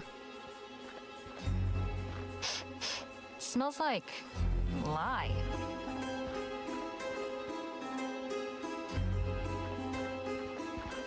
Hey, Danny? What is it? Relax, Danny. It'll be okay. So? Sure. If these folks meant us any harm, they wouldn't have bothered capturing us. I didn't think of it that way. I sure hope you're right. Got any thoughts on how we might get out of here? They took my guns, so... Not really. You should ask Jake. He's the one with all the clever tricks. You and Jake must have gotten into scrapes like this before, right? Well, I have, yes. Although it was before I met Jake. But is this really the time for stories? Fair enough. Perhaps another time. Were you able to see how Captain Stokes fared? I lost sight of him when I got knocked off my horse. Can't believe he just left us. Why would he do that? Hey, Jake? Miss Legere? Making yourself comfortable? Not really. This bench is hard as a rock. Could do with some back support, too. But it's as good a place as any to think of a way out of here. Had any ideas for escaping yet? You'll be the first to know, I assure you. Did you manage to see what became of Captain Stokes? No, I was a mite preoccupied. Just as well. If I'd known he was running off, I'd have shown him a thing or two. Surely a fellow of daring do like yourself has been in a predicament like this before? More times than I can count. How do you manage to get free? Well, you gotta understand, every situation's different. Easiest way's usually bribing a guard. But sometimes, you gotta get creative. Well, there's one time But no, that wouldn't work here. Why not? 'Cause I'd need a few things, and coming by them in here will be next to impossible. If you've got a plan, it's at least worth trying. I reckon you're right. Main thing I need is something pliable, like wax or soft wood. Then something sharp to shape it with. And finally, some shiny material. Metallic looking would be best. Find me those things, and we might be in business. Could you remind me? Sure. Something. I'll leave you to...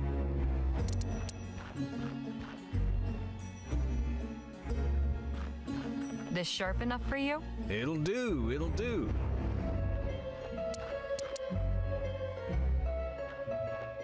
Is this pliable enough for you? This'll do nicely.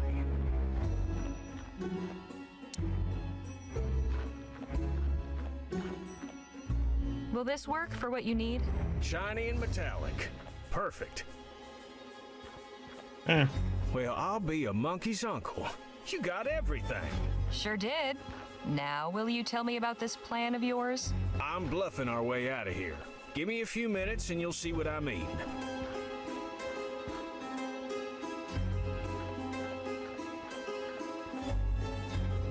Voila.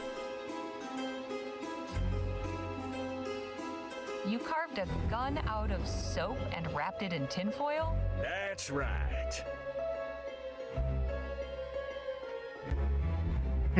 It's certainly creative, I'll give you that. Necessity is the mother of invention, as they say. Anyhow, soon as somebody comes in, I'll draw this and catch them off guard. You knock them out in the confusion, then we make our escape.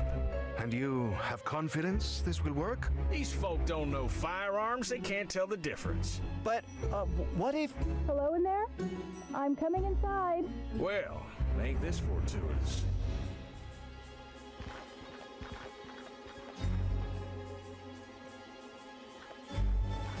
Greetings. I'm Nadine. I've come to...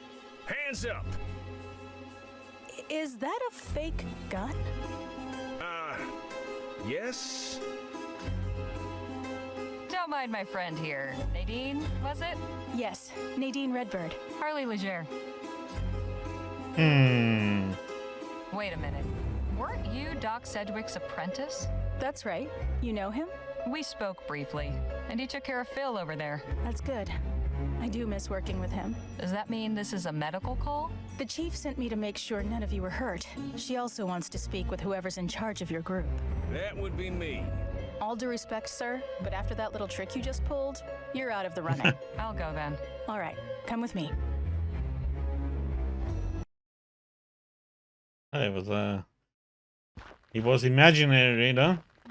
Making a gun out of Miss soap. Harley Leger, representing the captives. Thank you, Nadine. You may return and tend to the others. I will. Enter and be welcome. You may call me Chief Lutzi. I am responsible for the people of this village. Pleasure's all mine. You have violated the borders of the Autumn Nation, duly established by recognized treaty with your government. Miss Leger, why are you here?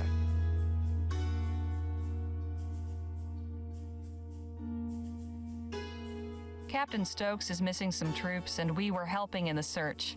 You serve Stokes. Curious. You do not dress like a soldier. We have nothing to do with the fort. Who are you then? I'm a journalist for the Rosewater Post. My companions and I are researching Dr. Bennett Clark. We only came to Stokes to ask for help getting inside the abandoned laboratory on the other side of the valley. Thought maybe you could spare some dynamite or something. But first we had to ride with him to find First Lieutenant Mulberry and his missing men. I see. What did he tell you of us? Let's just say he didn't paint a very pretty picture. Unsurprising. Do you share his opinion?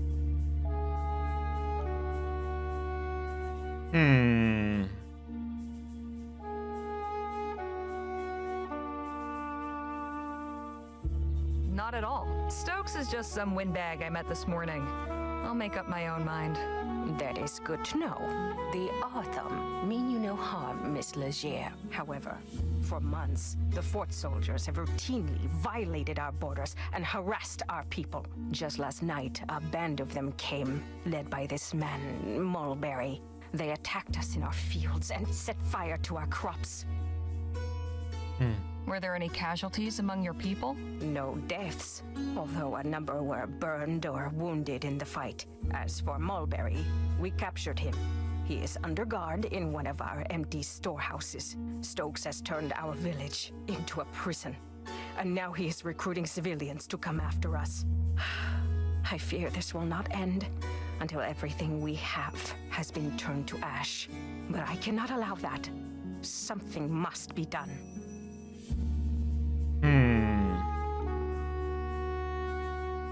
We need to show Stokes that it's in his best interest to leave you in peace. I agree, and I believe I know a way to do that, which will benefit us both. I'm listening. Our scouts have observed an army wagon making regular deliveries to the fort from Rosewater. It comes in the night, when few others are willing to travel, and always it arrives a day or two after the train stops in town. Then that would be tonight? I just arrived on the latest train into Rosewater. Yes, exactly. I cannot know for sure, but I believe this wagon carries supplies, along with weapons and munitions. The soldiers use these to strengthen themselves, then come and deprive us of what little we have. If you and your people were to obtain them, it would be to our mutual benefit. We would have a means of defense. You would have the tools to enter this laboratory, and Stokes would be deprived of his armaments.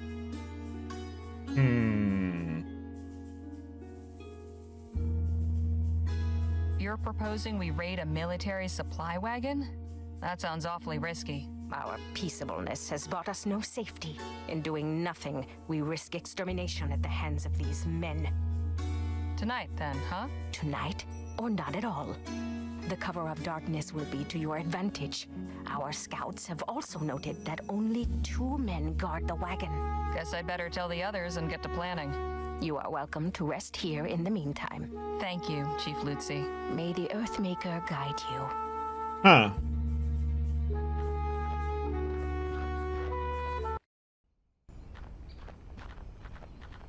Everyone in good shape? Mr. Luo has some minor bruising, but your friends are otherwise healthy. Good to know. Hey, fellas, come on out here. We got some business to discuss.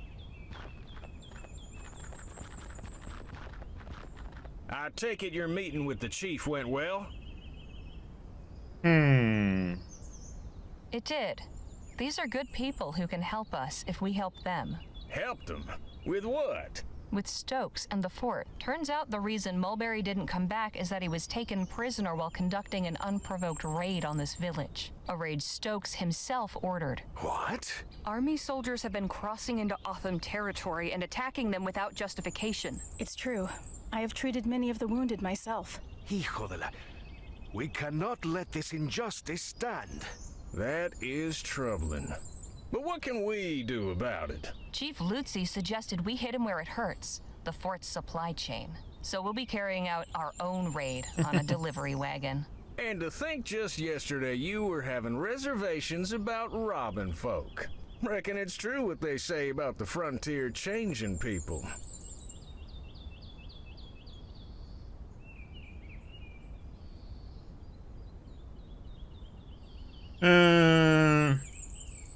Desperate times call for desperate measures. Phil needs dynamite to get into the lab. This is our chance to get it. And help these people too, right? Of course, but we've got to consider our needs too. Now listen up, because we've got some preparations to make.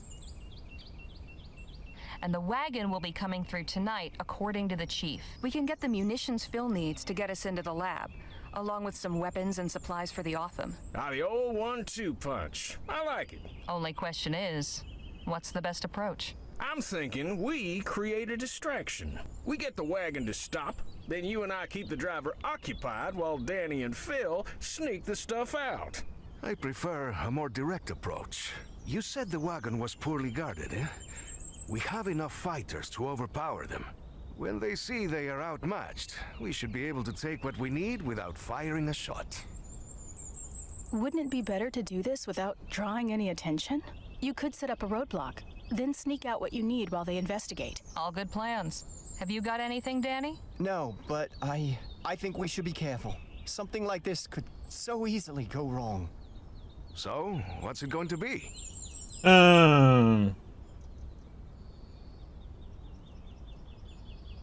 Let's go with Nadine's suggestion. I do think it's best if none of us are seen committing this act of banditry. Agreed. This is a stealth job. Nadine and I will search the wagon. You boys hang back and take whatever we unload. Well, we better get ready. Let's hope this goes off without a hitch.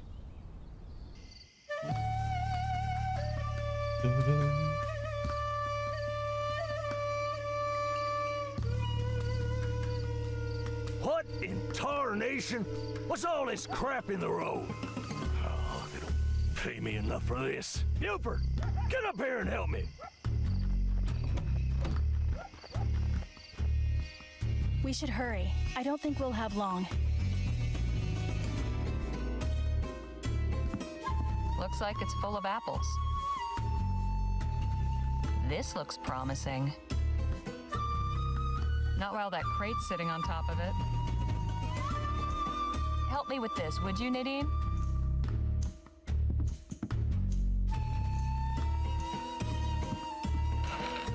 Jackpot.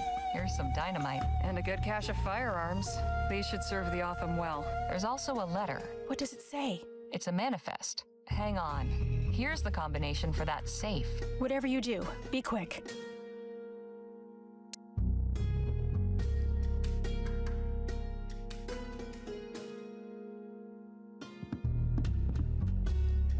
I'll be damned. What is it? Bars of Aurum. Lots of them. Odd. Why deliver these to the fort? Good question. Too bad they're marked. We could have had a nice payday, but at least there's a bit of loose cash in here. We haven't much time left.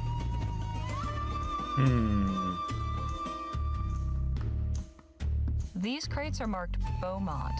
It's strange that there are so few compared to the others.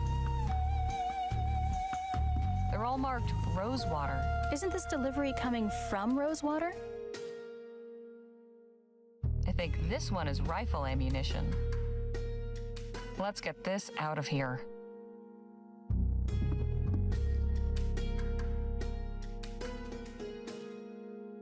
Seems to be full of pickled fish.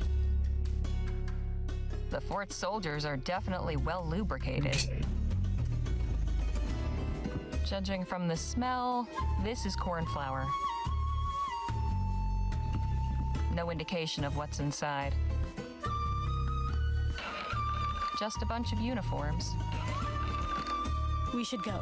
The guards won't be distracted forever. Right. Let's get out of here.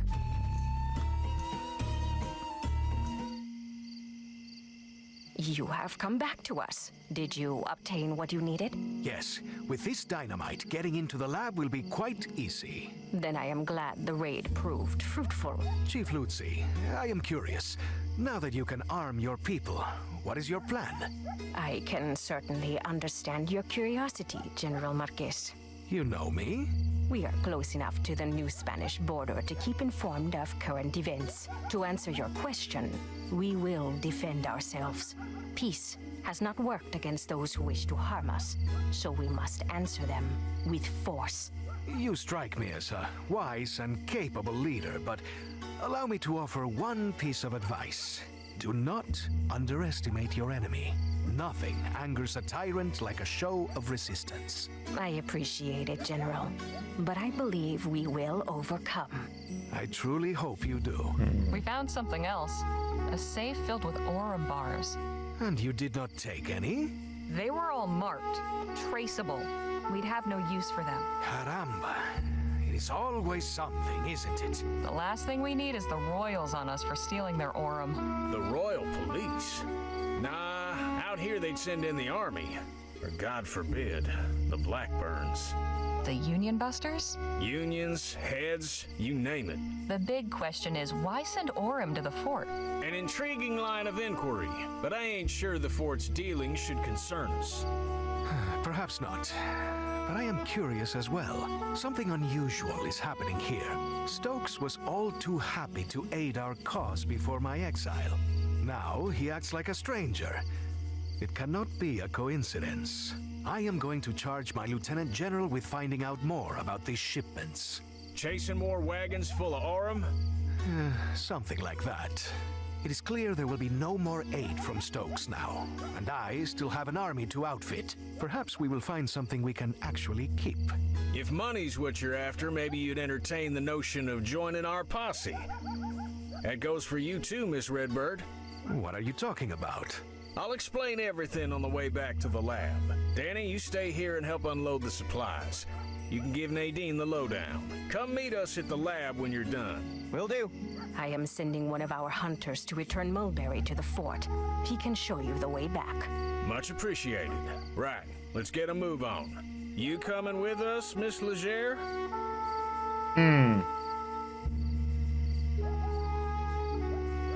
Damn right. Someone's got to be sure you don't blow yourself sky high. And can it with the Miss Legere bunk? It's Harley. Duly noted. Now let's get going. Just one more thing before you go, Harley. You said you were a journalist, yes? That's right. Do you believe the townspeople would take an interest in our cause? Some might. I can certainly tell my employer about the treatment you've received. Please do. I have a statement I would like you to carry back. The Autumn are a peaceful people. We wish to be your good neighbors and friends. But if a Vespuccian soldier or any other person comes with violent intent to harm us, we will do what we must to protect our people.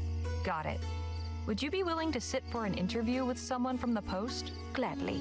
My words are for all who will listen with open hearts. I'll make sure your message is received. Thank you. Okay. We have to remember that.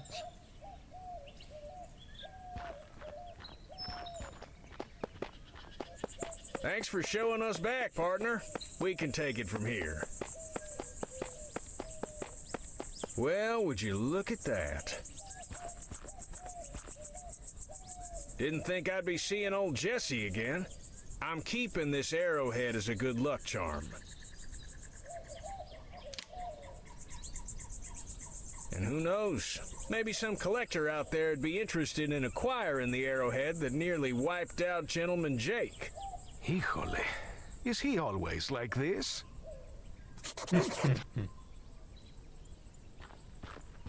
I wonder how things will go for the Otham now that they have firearms. Well enough, I hope. Provided they don't point them at us. The flag Stokes was carrying. Pity it's in such a sorry state. I shouldn't leave this here.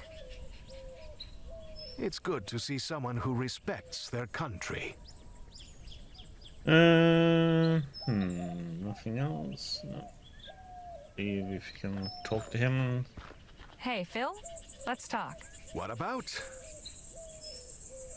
So how did you wind up here in Vespuccia? That is a very long story, and I do not wish to relate it now. Perhaps another time? Fair enough. I have to ask, what went on at the Rosewater Post?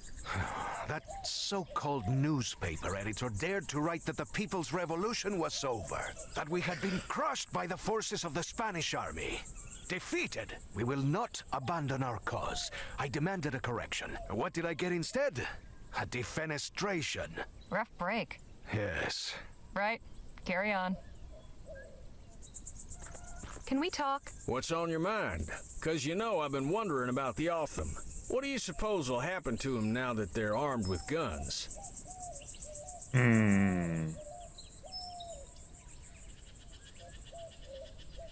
That's what I think will happen. I worry the fort will see it as an excuse to declare an all-out war. Yes, that is my fear as well. If Stokes attacks and they successfully fend him off, then perhaps he will leave them alone. But it will certainly not happen without bloodshed.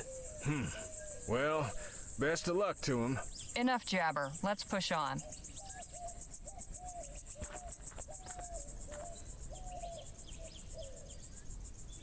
You're quite certain you know what you're doing?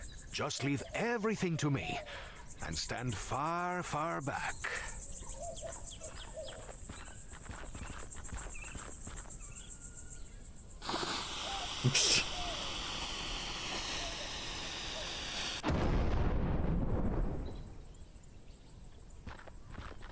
Impressive work there, Phil. Gracias. And an explosion will certainly liven up your article. Eh, Harley?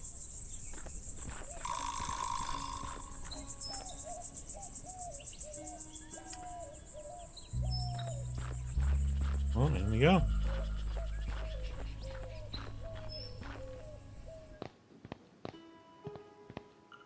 Well, slap my behind and call me Betsy.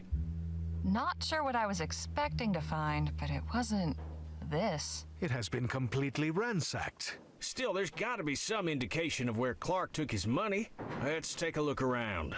But watch yourselves. No telling what any of these doohickeys might be capable of.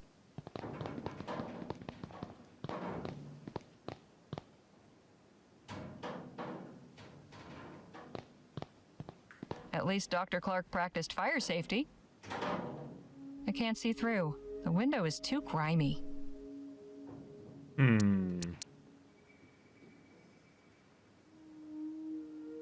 Aww. Looks like it's connected to the door somehow.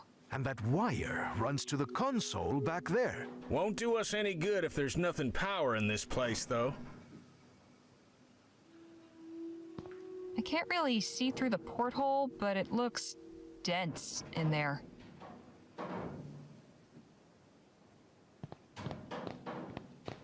A wooden mannequin in a cage? I have so many questions. You sure you want them answered?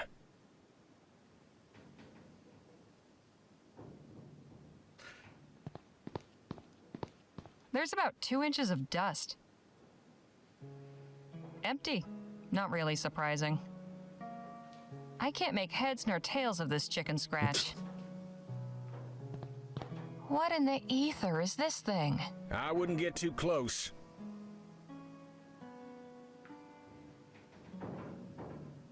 Some kind of console. Seems to connect to a few things. Not much left. Some books and a broken device.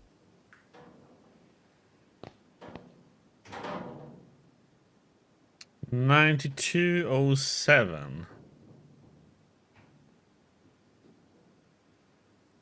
So 9207 then.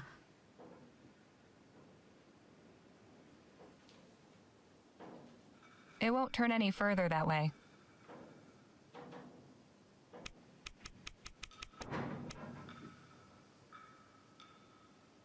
One of the dials is missing. Just my luck. Okay, ads.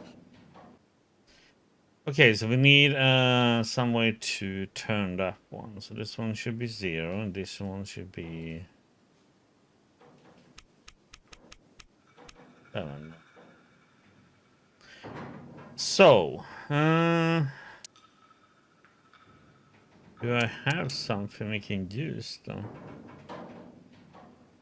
I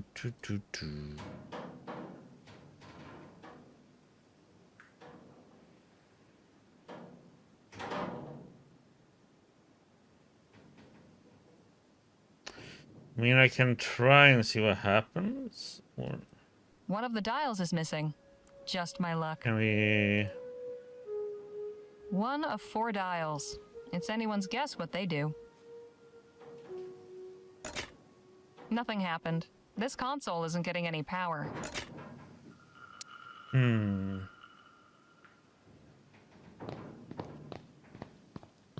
Looks like some type of cannon, and it's pointing right at the cage.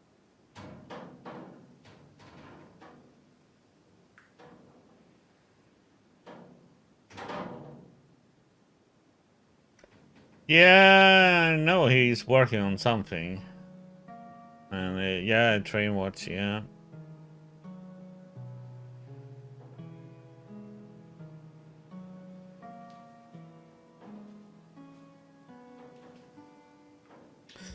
I know also the guy who did God damn it, I'm so bad with remembering names.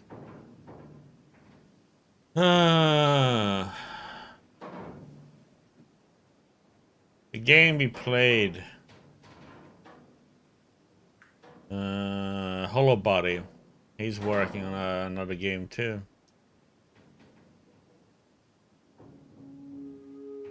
And this game is Rosewater is from one of his friends. Took him. This is from a solo developer. 6 years to make.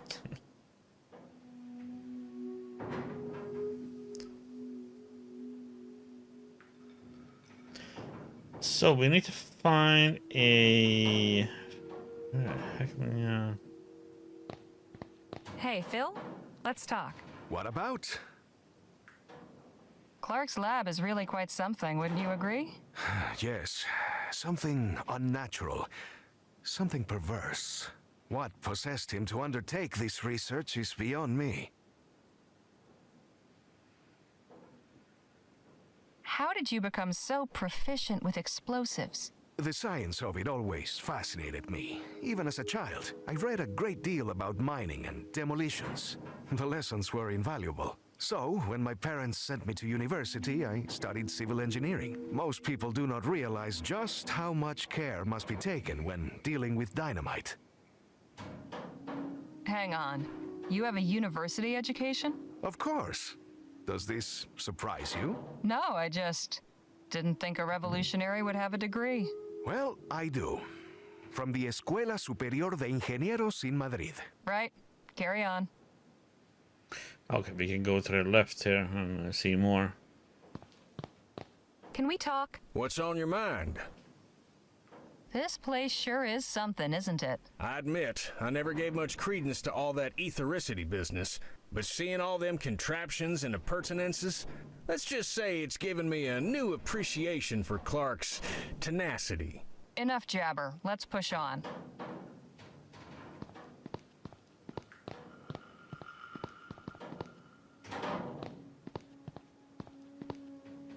This Clark fellow was into some strange things, wasn't he? I'm starting to understand why he chose to do his work out in the middle of nowhere. This may have held something interesting once, but now it's just lodging for spiders. This must be where Clark parked his rear during his experiments. Okay. This is where all the cables wind up.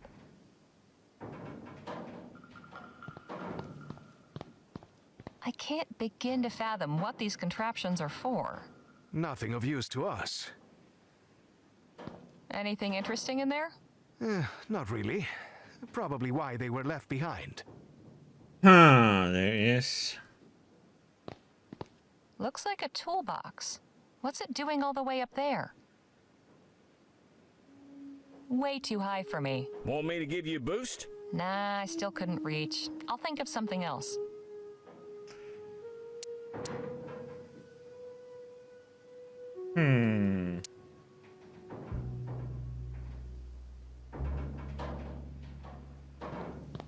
I get the impression this is what powers everything in here.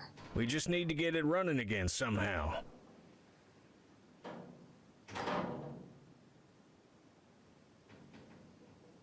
I can't remove it with my hands. Yes, we need a tool.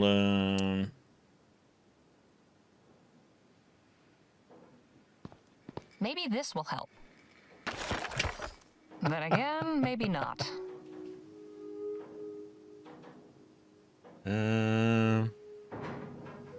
What the heck?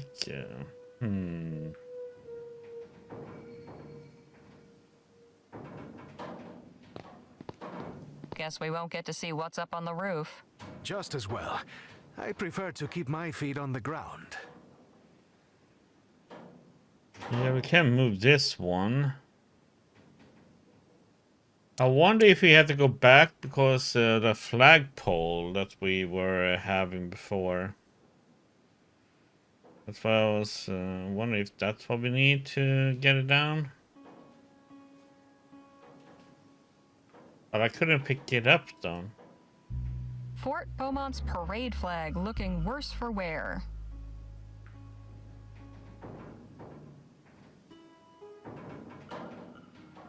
Looks like a toolbox. What's it doing all the way up there? We need something to get this. So what the heck are we gonna do then?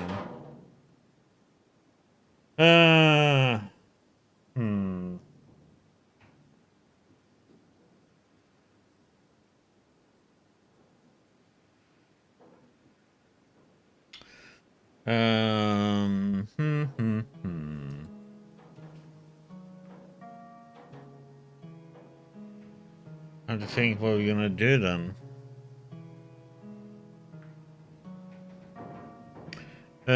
Oh wait. I think I know. Can we talk? What's on your mind?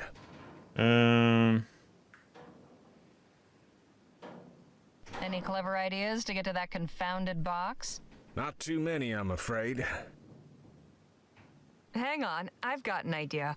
Why don't you just shoot the box down?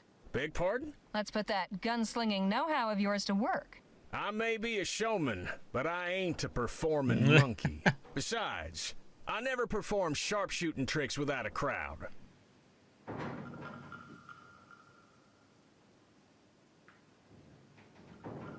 Might I borrow that arrowhead for a spell? By all means. Maybe it'll bring you some luck too. Enough jabber. Let's push on. Let's see if we can use that then.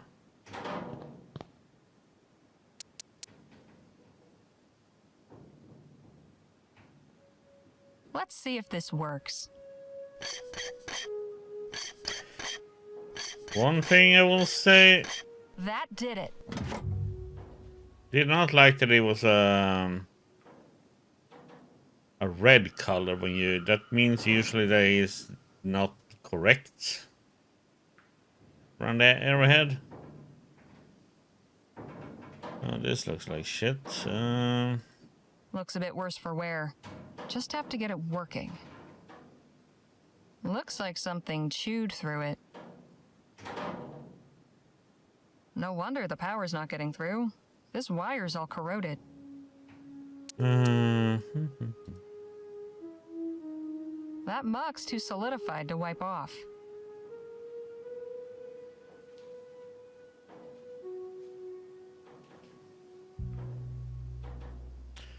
Okay.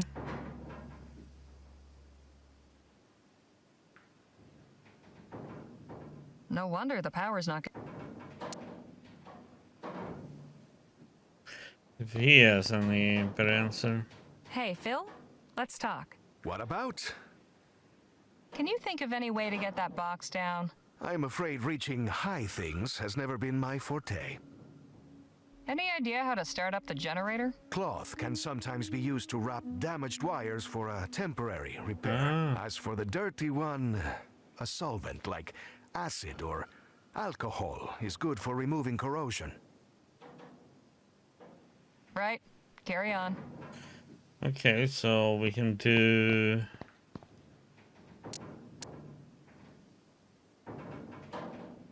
There's a thought, but this is way too big.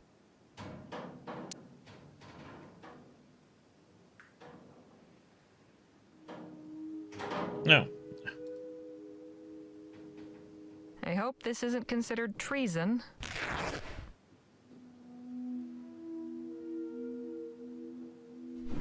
That should do it. Okay.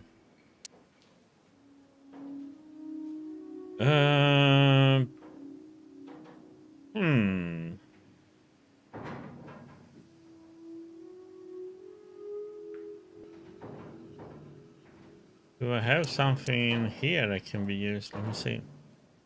That won't get the muck off. I was thinking if maybe there was something in this one.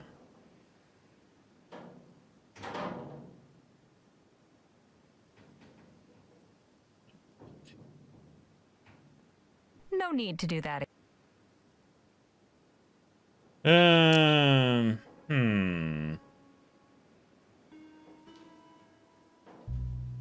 I could try scraping it, but I don't want to risk cutting the wire. There's got to be another way. He said acid or alcohol.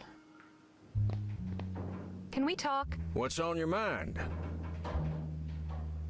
Crowd be damned. I want to see what's in the box. You've proven yourself resourceful. I'm sure you can find a more practical way to get to that box that doesn't involve me. I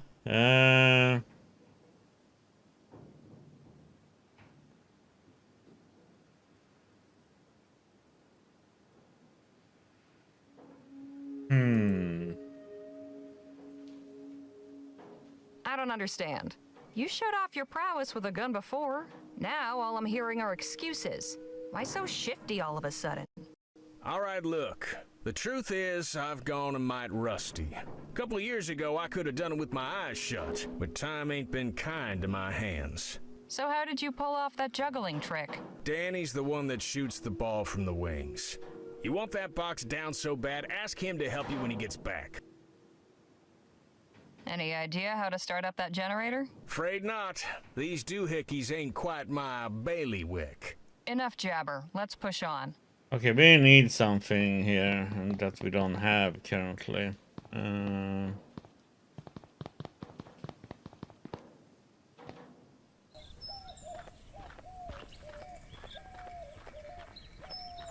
I've been checking all that stuff, so yeah.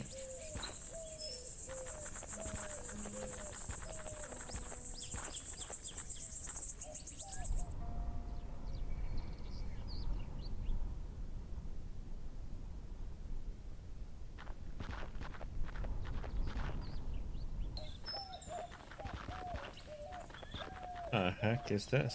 Dios mío, what is this abomination? Howdy, folks. Interested in learning about Coltit's miracle elixir?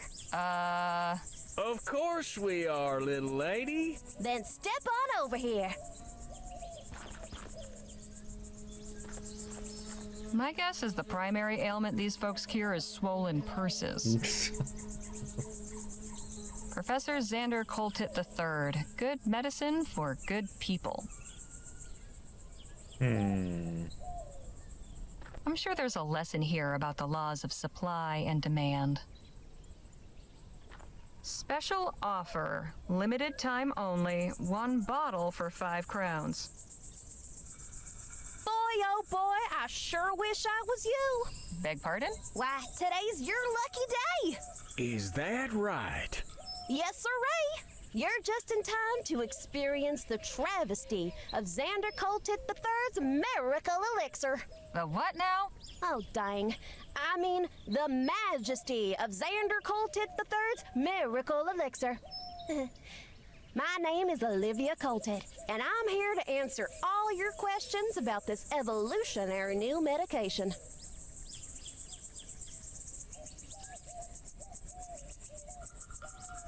Are you sure you don't mean revolutionary new medication? That's what I said. So, do you want to hear about it or not?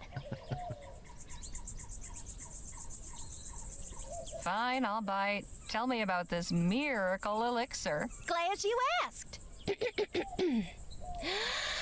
From the maker of the widely popular Coltit's emulsified soporific comes Coltit's miracle elixir, the finest, most elective tonic in Vespuccia, guaranteed to treat and cure all illnesses from arthritis to yellow fever. And for a special limited time, we're selling it for the treasonable price of just 5 crowns.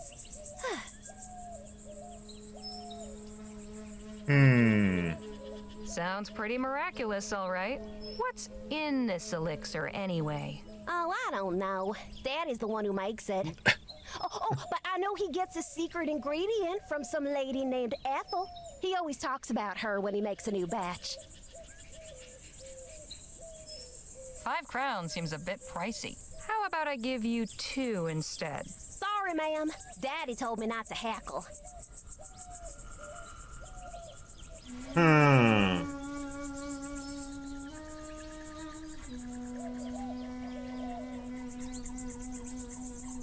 I'm not in the market for your elixir right now. Okay. Come back when you change your mind. Look, kid, we're not born yesterday, townies. You can spare us the song and dance. I'll leave her be. I think she's charming. Thanks, mister. My daddy says that to get anywhere in this business, charm is financial. I think you mean essential? I know what I mean. You wouldn't happen to be related to a kid in Rosewater named Jem, would you? No, ma'am. Far as I know, I'm a lonely child. Why are you parked in the middle of the desert when there's a town full of potential customers not 2 miles from here? Oh, I'm just minding the wagon while my daddy's doing his business at the fort. But he told me to stand out here and detract anybody who might come by. And has anyone else come by? Oh, sure. Tons of folk. Only one who didn't stop was a feller on horseback. Too bad, 'cause the guy he was hauling looked like he could have used some elixir.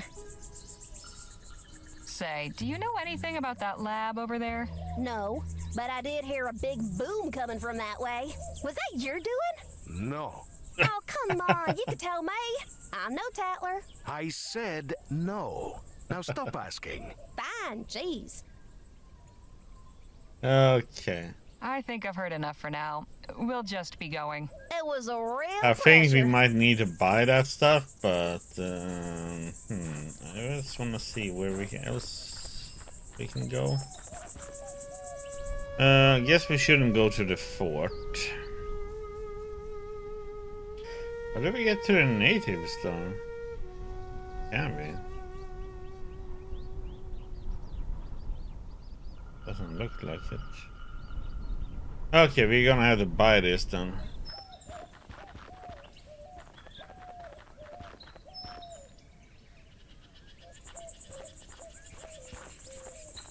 Miss Coltit? Yes, ma'am?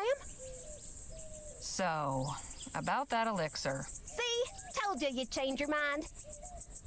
All right, give me a bottle. Yay! Thanks, ma'am.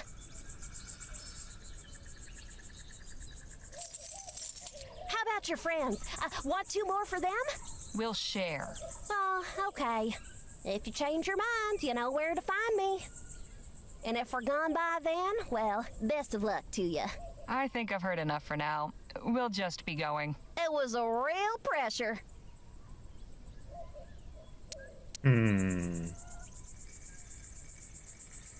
Professor Xander Coltit III's miracle elixir. Guaranteed to cure what ails you. I'm sure that's the case if what ails you is sobriety. Whew! That'll put hairs on your chest.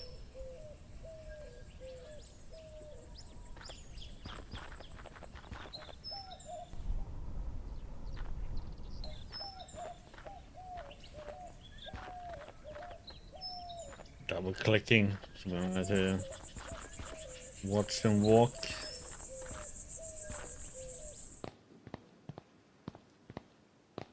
Dough.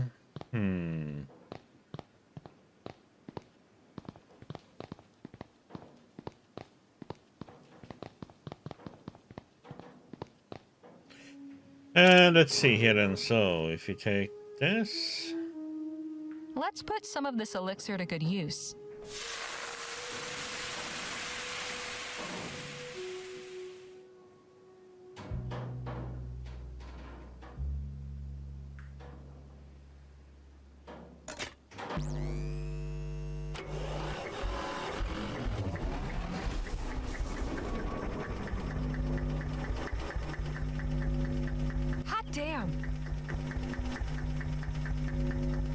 We got power!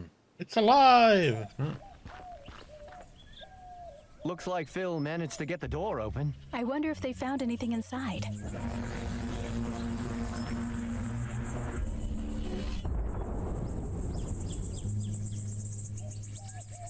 I'd say so, yes. We are up and running. Impressive. This technology is amazing. What did this Clark fellow intend to do with such power? I'm beginning to wonder about that myself.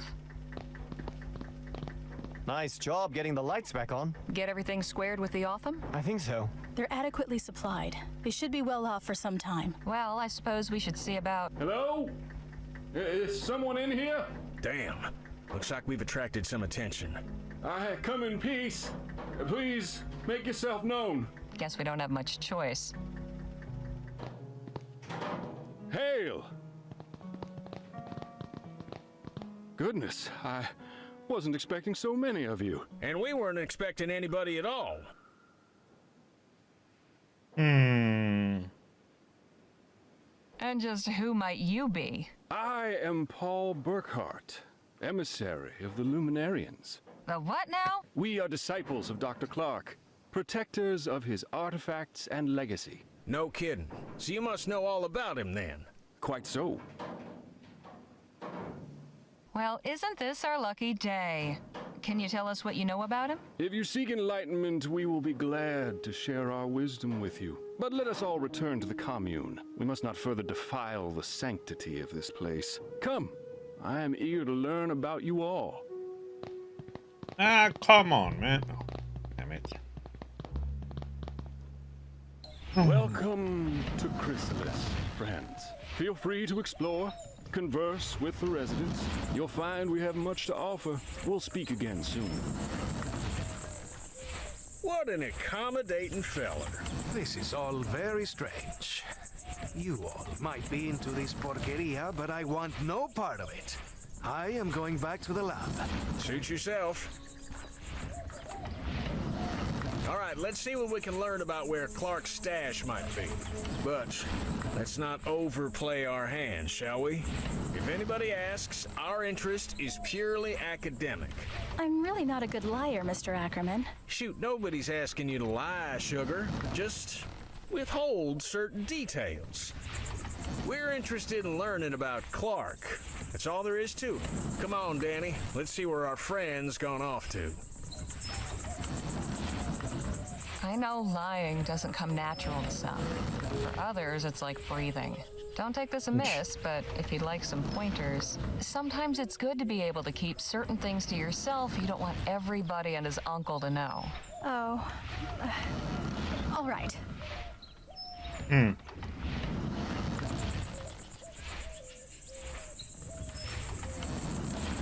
Above all else, be confident. If you sound like you believe what you're saying, they will too.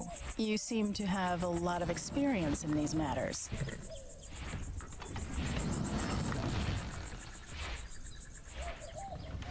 I think sometimes the truth can do more harm than good. A lie can be a kindness. Is that really what you believe? If what someone doesn't know can't hurt them, why shatter their peace? Or bring trouble down on somebody else just for principle? Dishonesty is disrespect. For others, for God, for oneself. For instance, I would never conceal the truth from a patient, no matter how grim the outlook. Well, I won't argue with that. The body should know what they're up against. I don't lie to hurt people. Sometimes it's just the only way. That's good to know, I guess. Your advice is appreciated. I'll just see what I can find out on my own. Okay, everybody else leaves us. Okay, thank you. Kitchen to the left, rostrum to the right. If the smell's anything to go by, that crate's full of fertilizer. Not very intimidating. No wonder the crops are bare.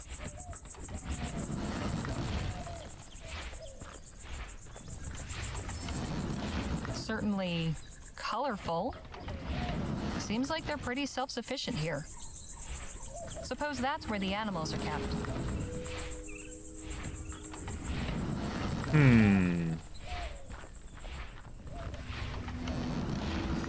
Go this way first.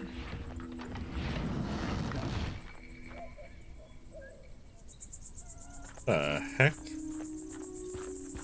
My, that's quite imaginative. Excuse me? Ah, hello. You must be one of Miss Redbird's companions. That's right. Harley Legere. My name is Evan. Evan Holbrook. Welcome to Chrysalis. Evan was just showing me the cookhouse. You know they grow or raise everything they eat here themselves? Well, mostly. Sometimes we need to resupply from town, but we aim to be fully self-reliant. Our dedication will be rewarded with bounty. So, are you the biscuit roller for this community, or what? Not quite. Biscuit Everyone in roller? Chrysalis does their part. It's my day on the road to fix breakfast. Do you have a doctor? We have a few skilled in healing, yes. I do wish we had more knowledge of agriculture. Our crops haven't been thriving like we hoped. What's your story, Evan? How did you join up with these folks? Well, like many of the others here, I was living in New Britannia. My wife was there at the etheric demonstration at the expo. I thought I'd lost her forever, but emissary Paul found me and explained how she hadn't perished, merely transcended. At first, I didn't believe him. I wanted to throttle him, actually. I can understand that reaction. But I realized that in my grief, I had become blinded. Oh, I am so sorry. Don't be. One day I'll transcend too, and we'll be reunited in the ether. You said your crops weren't doing well. Why not? Getting the irrigation in this year saved some of the crop, but we're facing lean times. We simply must find a way to grow enough to feed everyone.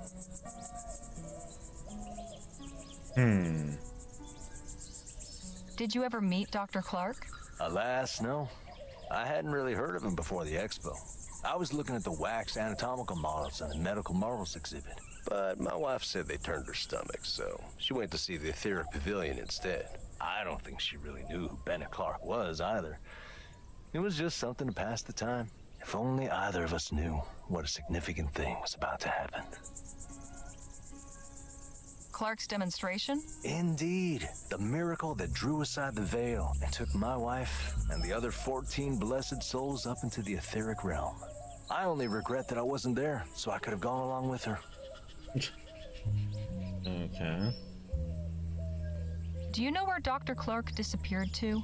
Evocator Bennett didn't disappear. He transcended. Again, you use this word. What do you mean by it?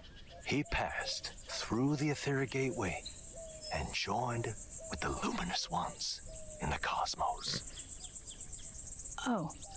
Yeah. Exactly what was Dr. Clark researching?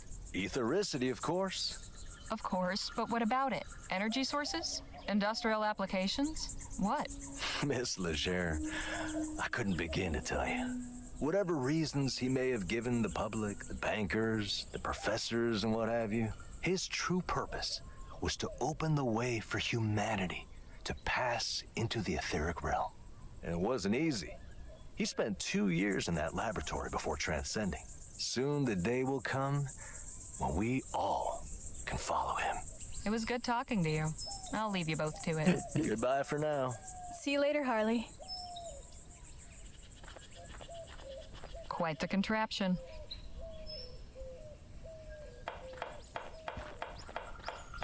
Missing a wheel. This isn't much use with a wheel missing. Handle still looks good, at least. This isn't much use. Okay, there's nothing we can do with that.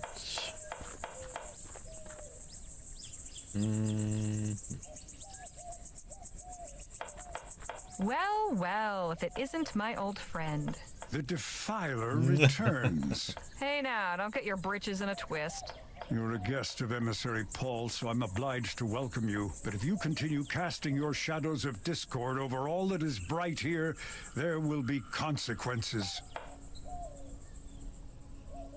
Now just where do you get off saying I'm casting shadows of discord or whatever? I caught you trespassing outside the laboratory. Then your friend blasted the door off. It was all in the name of research. I'm just as interested in all this as you. You've a peculiar way of showing it.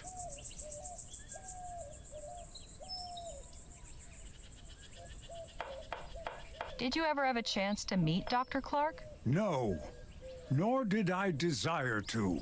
No? Ethericity is not a power to be trifled with. I've no interest in meeting someone who treats it as a plaything. Where did Dr. Clark end up? Not where he should have. Do you know any details about Dr. Clark's research? He was toying with fire, pure and simple. He may have been inspired and driven to his work by the luminous ones, but he was only their tool. He did not acknowledge their undeniable glory or show them the proper respect. He took a battering ram to the door of heaven. When they tired of the noise, they whisked him away inside the gates, while the rest of us still wait outside. So what you're saying is, you don't actually know. I've underestimated you. I didn't think there could be someone more arrogant than Dr. Clark. Like this guy. Funny. What's so special about this place that they've got you standing guard? This building houses our collection of artifacts salvaged from Dr. Clark's laboratory. Oh, so you're the ones who looted the place. We did not loot it. We saved important items from obscurity and decay. Yeah, that's also when I play games, you know. I preserve items from people. That's what I'm gonna say now. I'm preserving their items. Think I might take a quick peek? Absolutely not. Outsiders are forbidden. So how does one go about joining your little club? You think if you joined us that I would just suddenly allow you to enter? Sure, you said only outsiders were forbidden. Nice try, but not on my watch. What if I brought you a new artifact for your collection? Then I would be very surprised. We've already retrieved everything of value from the laboratory. Even from that locked room? That room is inaccessible. Do not even consider attempting to breach it. So what brought you to Chrysalis? My personal business is none of yours. Touchy. I'll leave you to your guarding. Try not to die of boredom. Okay.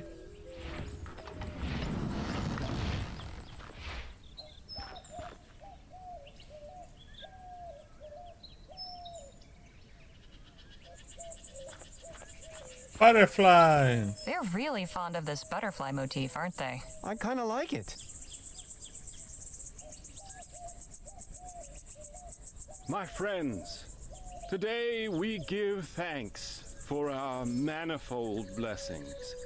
On this day of celebration, the Evocator's Day of Transcendence. And why do we celebrate today, on the 8-month anniversary? Because 1 is nothing special. 1 is an isolating, selfish, lowly number. But 8 is perfection. 8 is infinity. 8 is the flap of the butterfly's wings. On this day in March of this year, exactly 8 months ago, the luminous ones called Evocator Bennett up to join them in the luminiferous ether. In so doing, they showed us the path of light, where soon we all shall follow.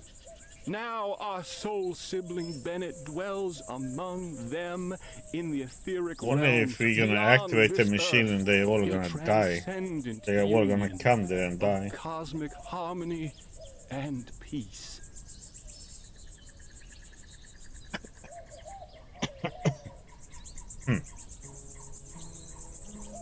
They seem enthralled by Paul's ramblings. Butterflies. The butterflies sure seem to like these flowers. Hey, Danny? What's going on?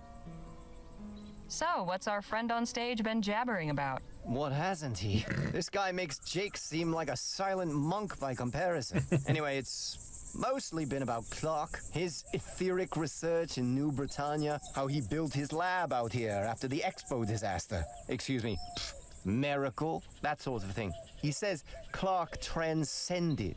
I'm not sure what that means. I get the impression it means he's dead. Oh, that's too bad. What's your impression of Chrysalis? Well, it's peculiar. Everybody's got a job to do, a way to help. Nobody's left out, and that's nice. But all this stuff about etheric beings? It sounds, Crazy? You said it, not me. Anyhow, I wouldn't mind hanging around a while. I was wondering if you might help me out with something. What? There's a toolbox inside Clark's lab that's out of reach, and I've had no luck getting it down. Think you might put your pistols to the task? I asked Jake to do it, but he said you were the one for the job. I can see that. Yeah. You want to go right now? No, not yet. Perhaps not this very instant. No problem. Just ask me again when you're ready. I'll leave you to the lecture.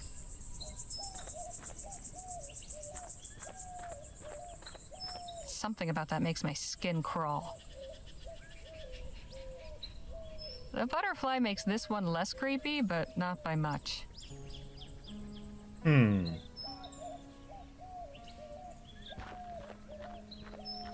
I hope I'm not interrupting anything. Ah, Harley.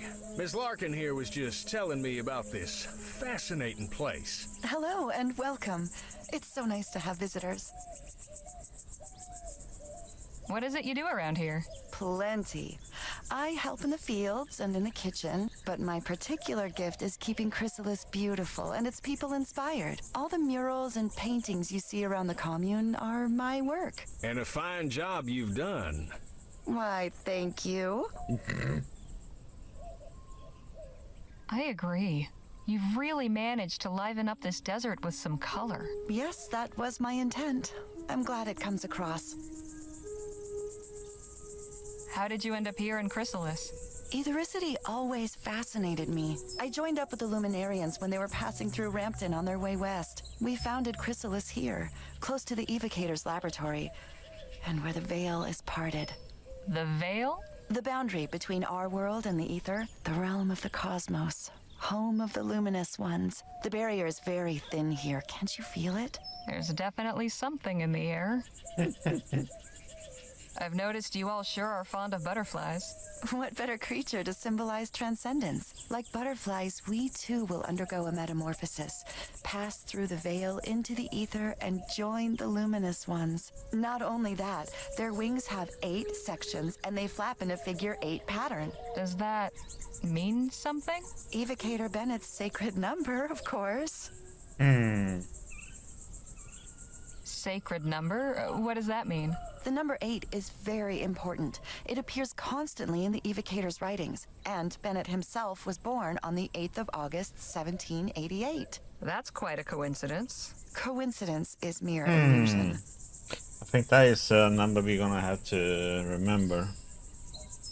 What's the meaning behind those shadow paintings? We commemorate those who have transcended, and those who will. Hence the butterflies? Very astute. Yes, the butterfly represents the immortal soul, the essence of a person in their fullest flourishing. The butterfly is pure potential, contained within those who have not yet transcended. Once someone has passed into the ether, it is released and flies free.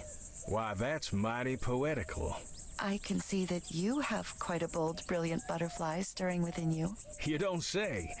You see that, do you? If you permit me, It would be my honor to paint it. Only if you're willing, of course. Everyone's journey to transcendent readiness is unique. Perhaps you could tell me more about it once Harley's done talking. With pleasure. Did you ever meet Dr. Clark? I did. Once. Such a brilliant mind. We didn't speak long, but I felt as though we'd conversed for hours. Some people can have that effect. I think what we're gonna have to do is talk to Danny there and go and shoot down the toolbox and bring something back and get in there and maybe find a dial that we need. Do you have an idea of where Dr. Clark might be currently? Of course. He's with the luminous ones. Pardon? The beings on the other side of the veil. The ones who dwell in the ether. You're saying Clark is dead? Not dead. Transcended. Eternal. You still have much to learn. It's good you're with us now. Everything will become clear soon. Trust me. What exactly was Dr. Clark's etheric research about? Truth. Lovely sentiment, but could you be a bit more specific? He sought to connect us with the world above, to unite us with the luminous ones.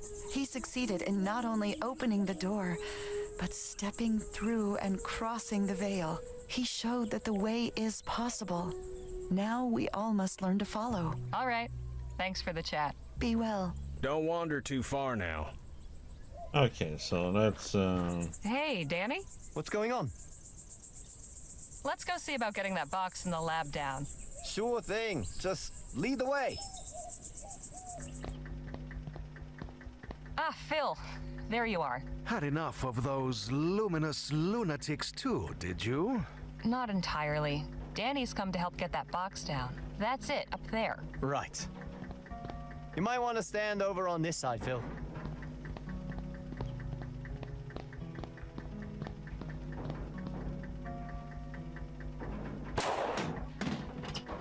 Nice shot.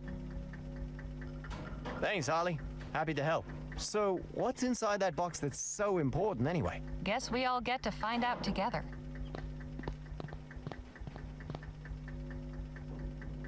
Okay, that's it. Well, anything good inside? Not really. Just a wrench and this odd dial thing. Oh. I hope it was worth the trouble then. That was good practice, at least. I'm heading back to Chrysalis. See you both later.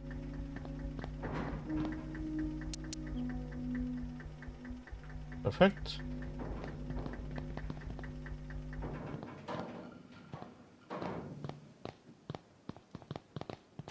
We go here.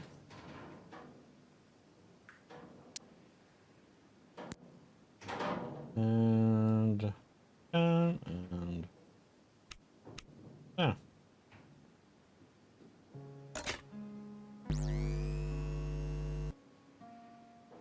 Green? Phil, you might wanna...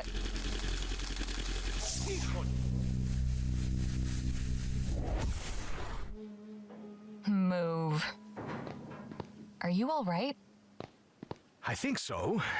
The cage seems to have absorbed all that energy. Just warn me before you try that again. So, this console operates equipment by setting the dials in a 4-digit sequence. That means we need to figure out the right code to get the door open. Oh.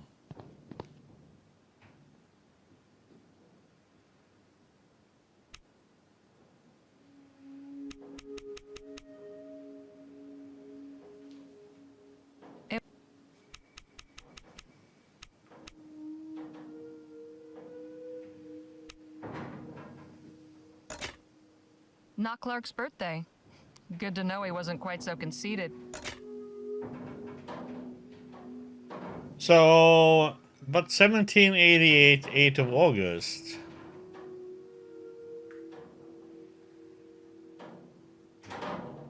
So should we have this the year?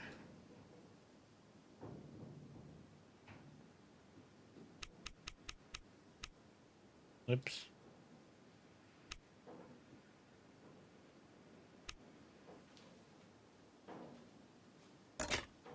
Not Clark's birth year. Guess that would have been too obvious.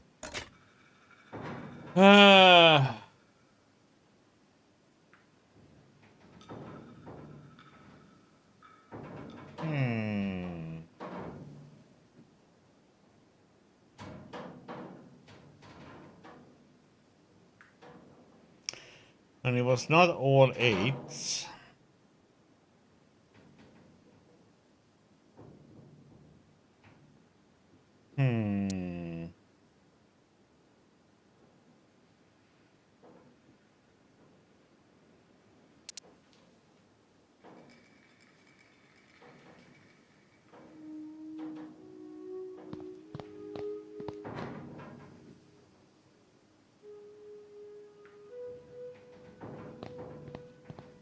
I can't see through.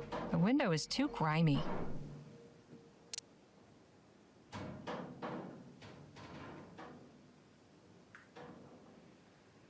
I'd prefer to keep the cloth dry.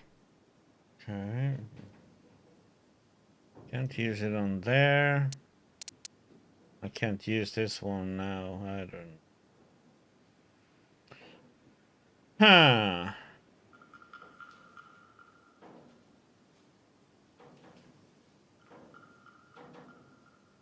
Looks like it's connected to the door somehow. And that wire runs to the console back there.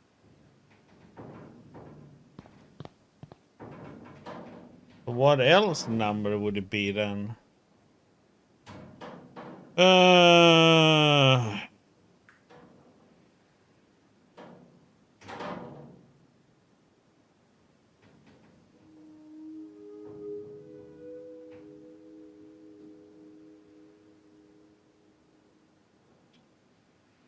Boop, boop, boop, boop, boop, boop, boop. I'm trying to think here what it could be. Maybe. A wrench. Nothing spectacular about it.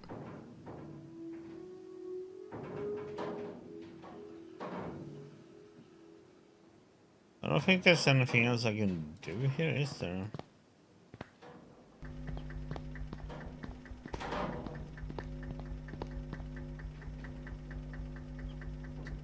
Coffee. Good girl. Hold on. Seems to be working now. I think there's.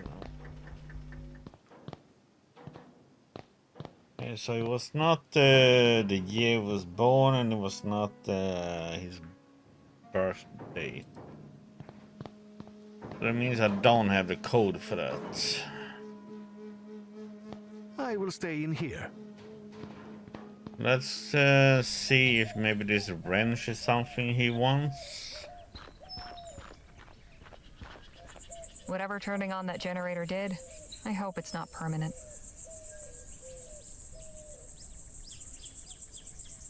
All right then.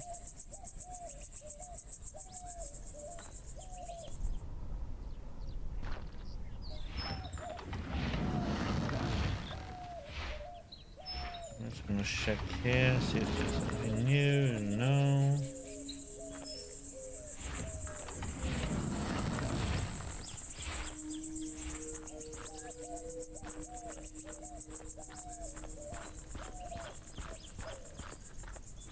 I've got more important concerns right now.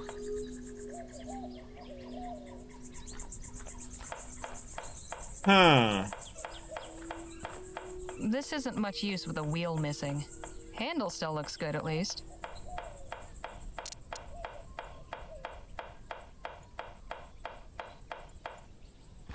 I'll have this handle off in a jiff.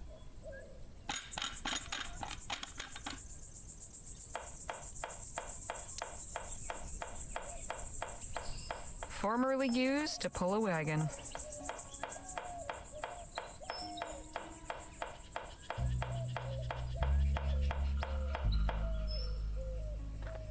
Nadine, could we have a word? Of course. Any ideas as to how to get that fellow over there away from his post? Be confident? Afraid this situation's a bit more complicated than that. Still good advice, though. You enjoying yourself here? These are good people.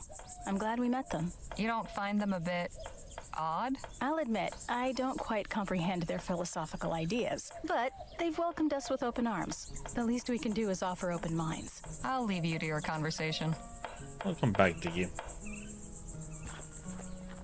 Hello again. Miss Legere? Your friend over there refuses to let me in to see Clark's artifacts. Yes, Samuel is quite a stickler for the rules. Sometimes I think he lets his duties as the emissary's assistant get to his head. It was good talking to you. I'll leave you both to it. Goodbye for now. See you later, Harley.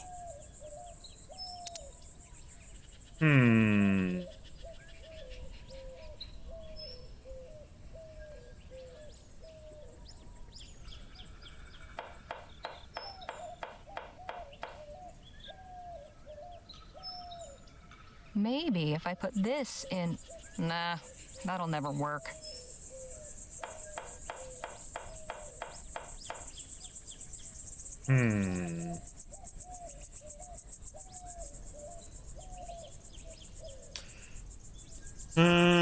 Oh wait, oh crap.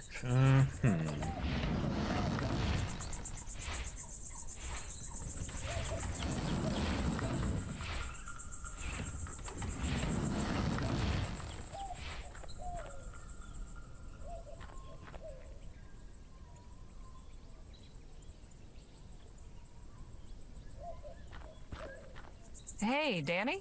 What's going on? If you had to pick a 4-digit number sequence that was easy to remember, what would you pick? Suppose it'd be something important? A date, maybe? Or a memorable year? Never really thought about it. Yeah, but that's not what we've been able to do though. God damn it.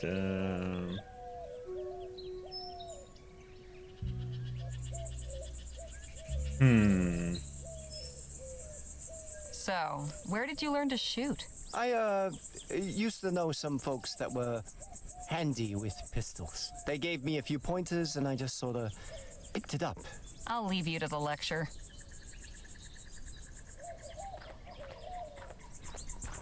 Best not to interrupt.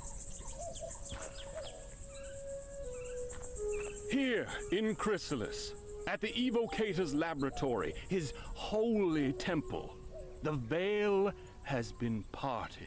And on the other side, the luminous ones are waiting to welcome us home.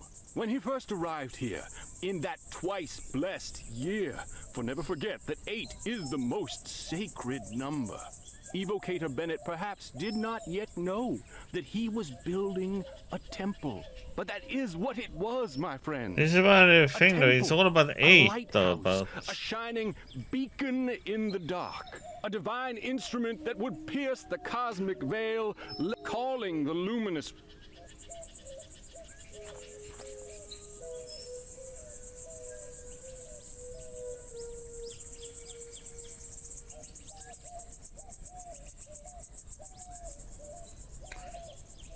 I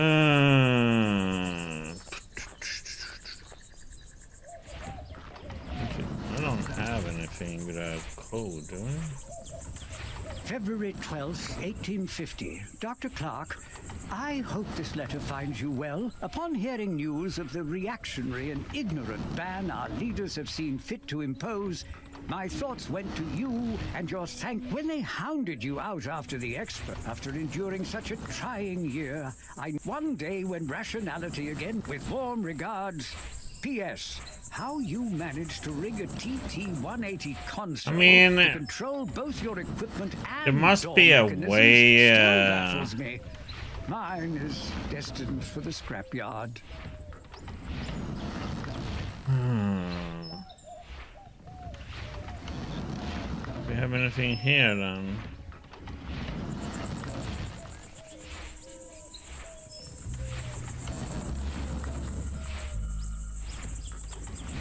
This happened in 1840s, June 9th, 1847. October 25th, 1850. I'd like... Yeah, that's that one. February 12th, 1850. Upon hearing... Yeah, there was no date on that one either. And all they're talking about here is how he seems the 8 is the important thing, you know? We will never forget the momentous occasion when this holy work began. When Evocator Bennett came west after the Lamplight City miracle to break ground for a new laboratory.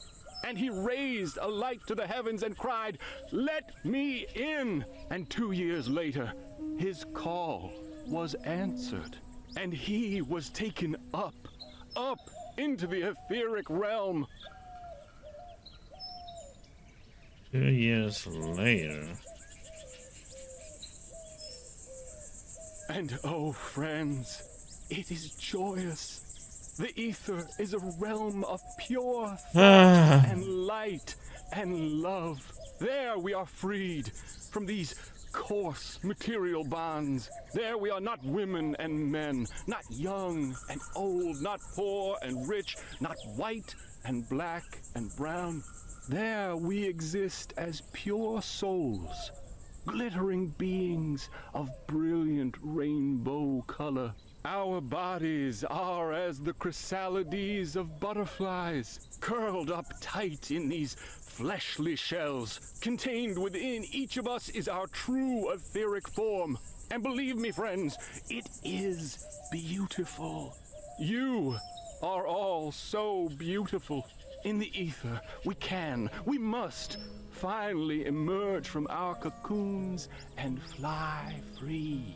Free among our soul siblings in the company of the luminous ones. 2 years ago, Evocator Bennett called them here. And 8 months ago, his call was answered. Oh, there's something came.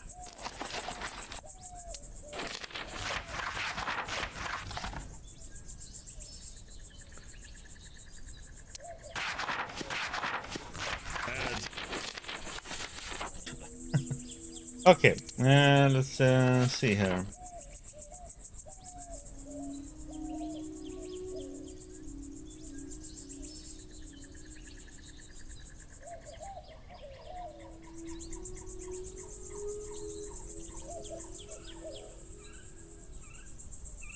You say Dr. Clark built his lab out there 2 years ago in a twice blessed year and was conducting some kind of and it is October 25th, 1850. Dear Miss Legere, thank you for submitting yeah, so your it's sample. I'd like to 1850. extend So 1848 then maybe is the. Oh yeah, blessed twice, 8. Oh, that makes sense.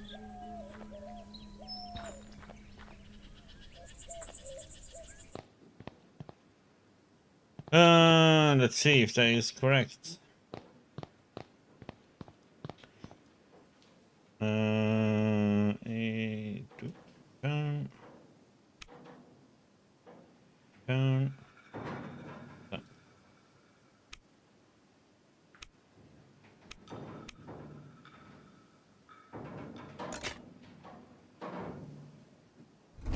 Hot damn. Nicely done. Well, nothing horrible came out, shall we? After you.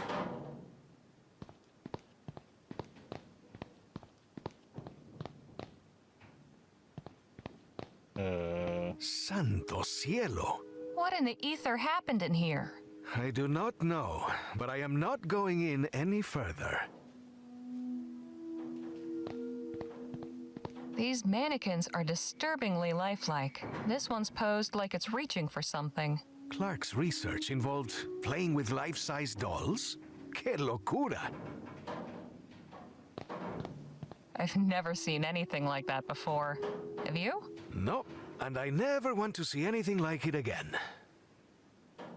This pumpkin is thriving, despite being sealed in here with no water or sunlight. There is something very unnatural about all this. These squashes look healthy. How can they grow without any soil? Easy. Devilry. Ripe and juicy tomatoes. Some huge green bean pods. This one's missing its head. I wonder how that happened. I can die happy never finding out. This one seems to be the happiest of the bunch. How can you tell? It's the only one smiling. This one's just staring at his buddy.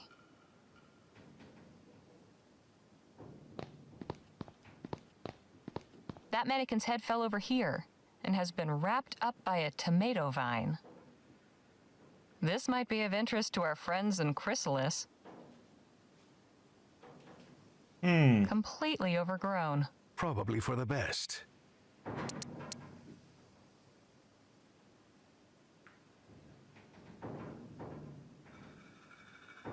No? Why not?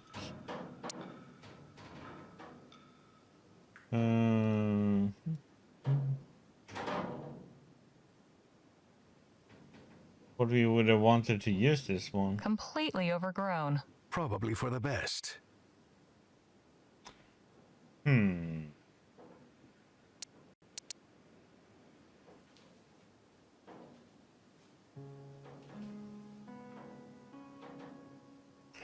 What do you want to take off today?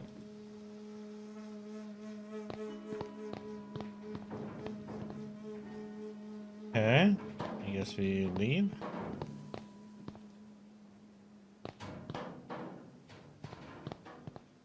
Hey, Phil, let's talk. What about? Nothing, I suppose. Never mind. Whatever you say. I will stay in here.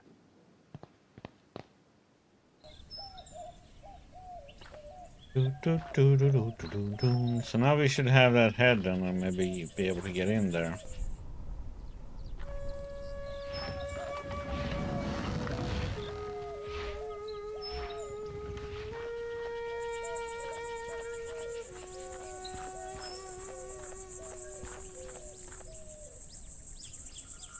I've got more important.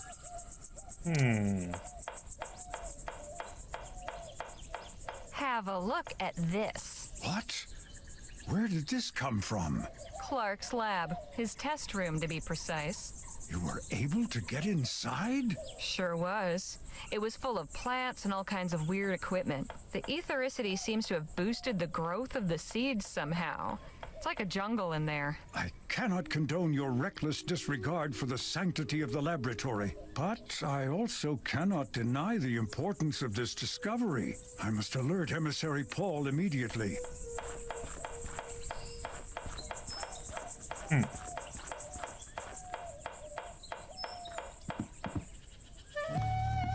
I'd better be quick. No telling when that chump might come back. No idea what that is, but it looks complicated. Doesn't seem to be working. The things some people will keep for posterity, I'll never understand.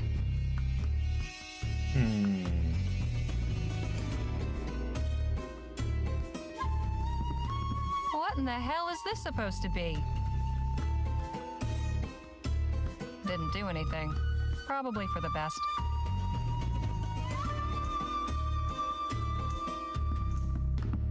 Clark had quite the library.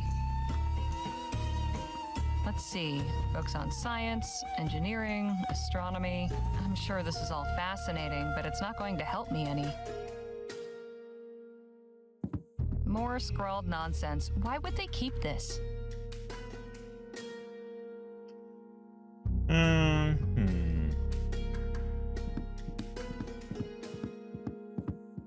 It somewhat resembles a telegraph, but what is this box for?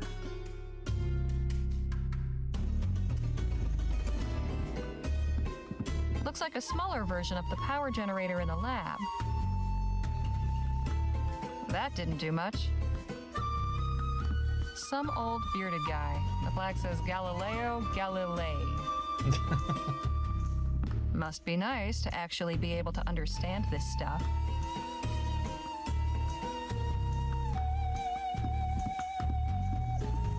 Prometheus bringing fire. Nothing's hidden behind it.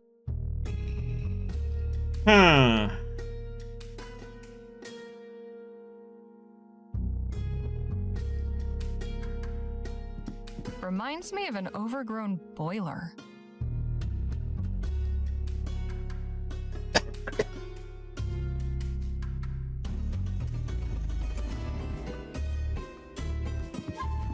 The New Britannia Gazette. The lead article is about the upcoming Lamplight City Expo. Interesting how the follow-up is nowhere to be found. A bunch of scribbles documenting the effects of ethericity on plants. Some notes documenting the effects of ethericity on animals. They're signed by a Juliet Montgomery. So, what the heck?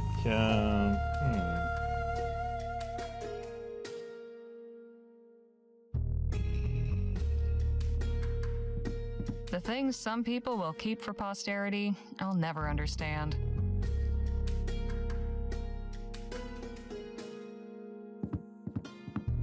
Must be something we're supposed to do all here. kinds of liquids. I'd rather not know what they are.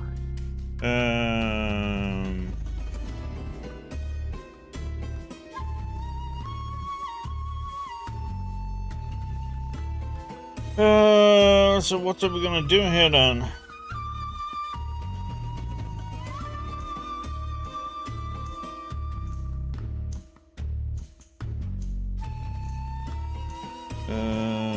Oh. Yeah, we can... Bottles of different colors. Nothing helpful.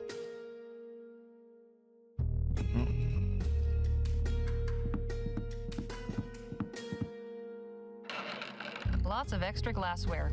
Nothing I need.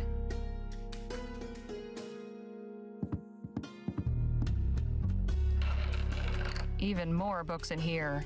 Some novels, poetry books. Nice to know Clark had other interests, but none of this helps.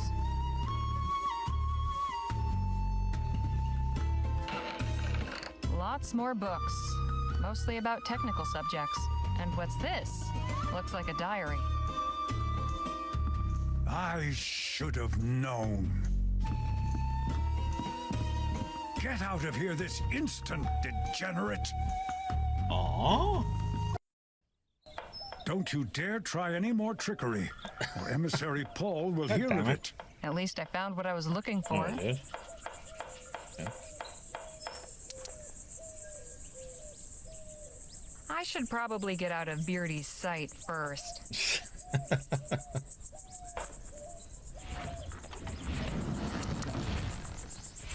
The final entry is bookmarked with a letter. Definitely worth a read. But first...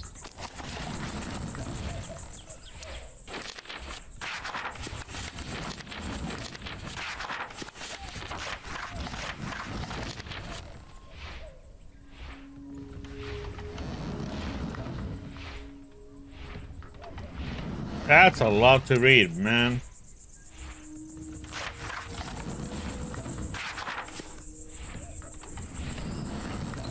Okay, this is where he moved out to his new place.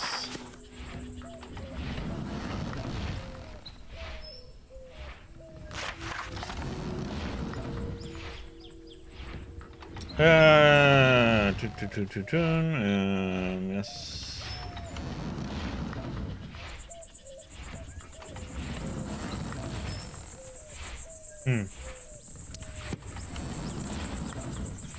February 9th, 1850. That's only 9 months ago. Clark, I have a business proposal. Relinquish that dusty laboratory in the middle of nowhere. Come to El Presidio. You may stay in my suite at the Jolly Good Club. My Orem Star membership and military rank afford me certain privileges. You will be furnished with the comforts owing to a man of your intellect and accomplishments. It's signed L. P.S. You needn't have any concern for your valuables, as there is ample secure storage in the room. One of the aforementioned perks. Interesting. Jake will want to see this.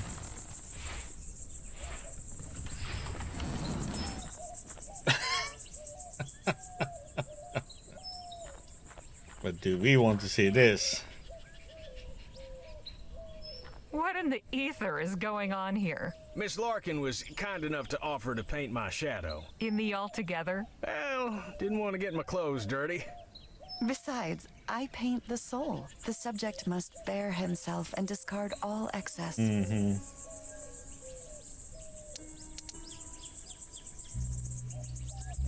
Hey, Jake, I've got something to show you.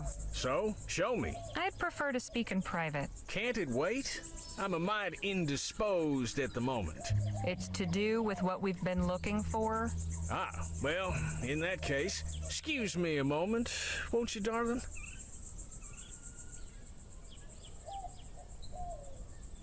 All right, what do you got? I found Clark's journal. Have a look at this letter that was inside. An invitation to the Jolly Good Club in El Presidio? Yep. Check the date. 9 months ago. Ah, nice sleuthing, Harley. Let's round up the others and say our goodbyes. We need to plan our next steps. Leaving us so soon?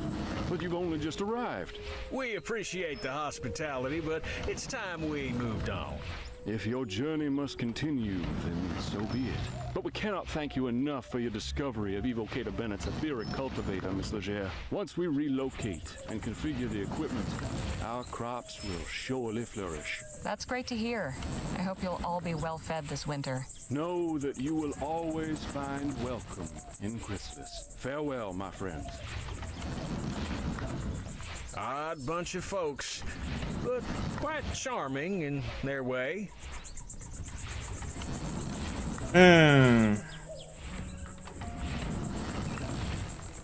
This was an intriguing diversion, but now the real work starts.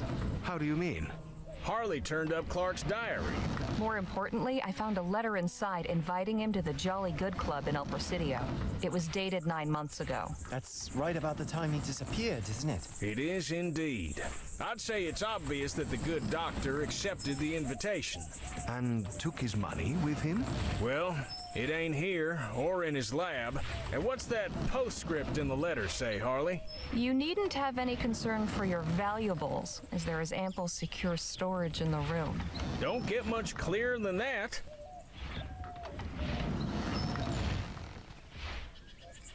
Suppose we should start packing if El Presidio is our next destination. Now, let's not get ahead of ourselves. First and foremost, we need some transportation. You haven't got any?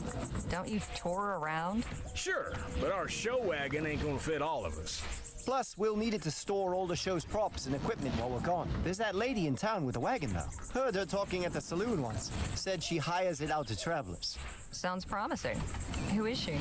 Her name's Lola Johnson. I think she stays in the old blacksmith shop. Oh, well, I hope she has a forgiving nature. Why's that? She caught me breaking into her place. What? It's a long story. We should head back to Rosewater, no? Yeah, let's get a move on.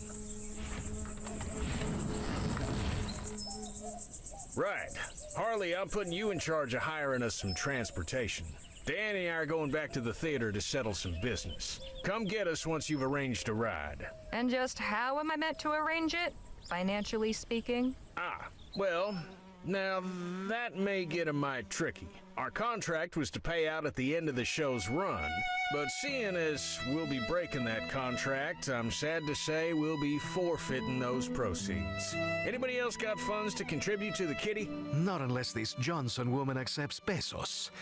And I've few enough of those at that. I'm afraid I haven't got anything either. Harley, my dear, I'm afraid we must then prevail upon you to furnish the petty cash needed to get our expedition aloft. Seeing as you're the only other one of our posse who's currently in the position of being gainfully employed. And it goes without saying, but you'll be fully reimbursed once we find what we're looking for, on top of your share, with interest. I certainly hope so. Wonderful. Well then, we'll be seeing you later. What about you two? I think I'll pay Dr. Sedgwick a visit. It's been ages. And I owe him proper thanks for his care. See you in a bit, Harley. Okay. We should go to the newspaper and say we have some stories done.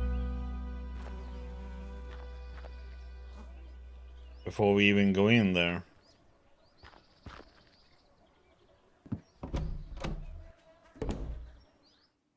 Good to see you again.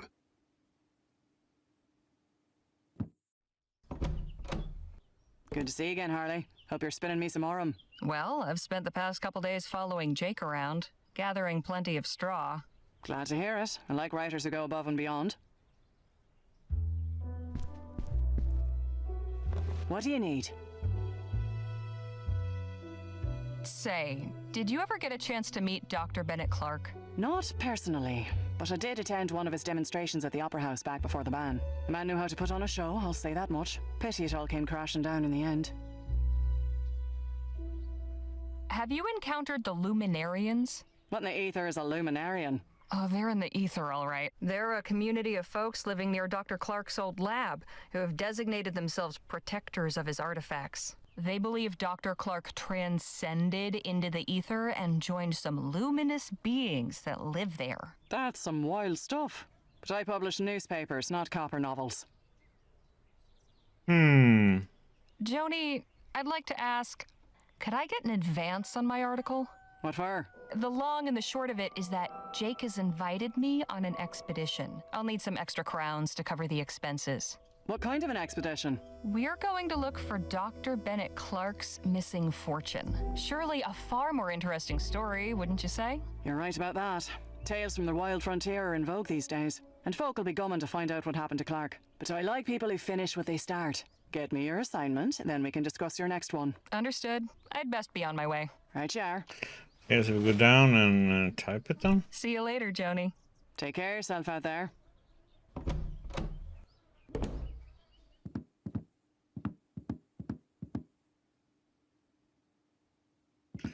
Yep, we need to write the article. All right, let's get this thing knocked out. But first...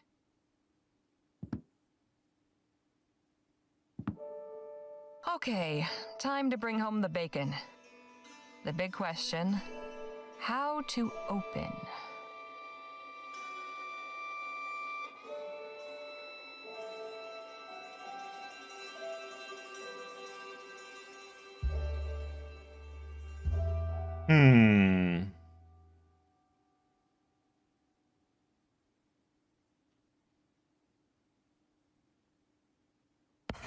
When this writer was assigned to pen a profile of a Wild West legend, she never expected to become embroiled in the action firsthand. But no sooner had my private audience with Gentleman Jake concluded than a saloon brawl erupted in the barroom of the Jack of Diamonds, and Mr. Ackerman's legendary pugilistic prowess was put on full display.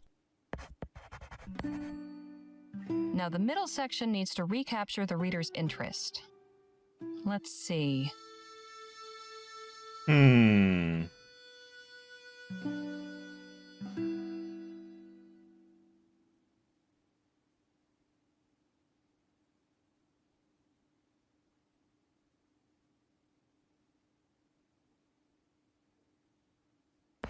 They say the true mark of a person's character is how they behave under pressure. Mr. Ackerman showed nothing but resourcefulness when he found himself taken captive on one recent occasion, the details of which he was not at liberty to disclose. But he was able to recount his escape by means of a clever ruse involving the use of common household items. A true-life tale rivaling the plots of the most lurid copper novels.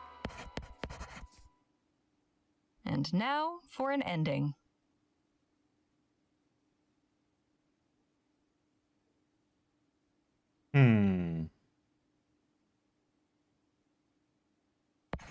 Mr. Ackerman is a great man, and by his visit to our industrious frontier town, proves that Rosewater is the sort of cosmopolitan crossroads where one might yet meet and mingle with some of the true luminaries of our age. All right, that should do it. Now, what should I title it?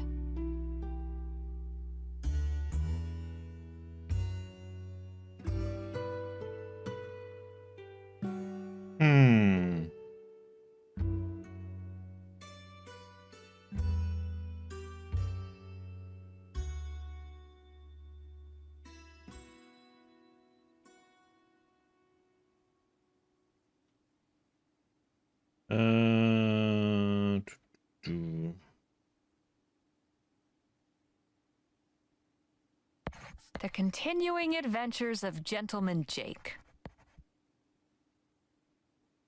And done.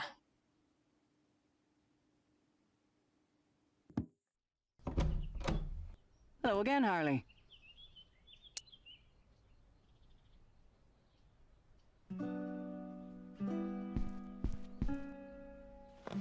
Here you are, Joni. One profile of Gentleman Jake, ready to print. Let's have a look. You know, writing the headline is normally the editor's job. Now let's see. Not even in town for a day, and Spitfire Harley makes her comeback. This is good. You've kept it brisk all the way through. Oof, laying it on a bit thick at the end there, aren't you? Still, I asked you to make the town look good, and you delivered. I appreciate a writer who can take editorial direction. We'll work on the subtlety later. Not bad, Harley. Not bad at all.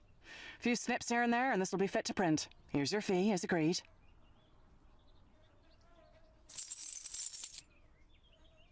Now I know what I'm working with, I'll have a think about your next assignment. About that. How about that piece on the search for Clark's missing fortune? That'll be better than any old profile. Sure enough. All right then. Clark's missing fortune it is. I've got something else. Oh? Do tell. While I was going around with Jake, we spent some time with the Otham. I learned that they've come under constant attack from the soldiers at Fort Beaumont. What? Why? That's the thing. There's no reason. They pose no threat, yet the soldiers harass them anyway. In one recent raid, all their crops were torched. That's atrocious. People need to know about this. I'm glad you think so, because their leader wants their story told. She's willing to be interviewed. She gave me this statement, too. Powerful stuff. I'll pay a visit as soon as I can and see for myself. Plenty of townsfolk could stand to learn about our neighbours in the valley. This could open their eyes. I hope so. Now, if you'll excuse me, I need to see about hiring a wagon. Godspeed, Harley. See you later, Joni. Take care of yourself out there.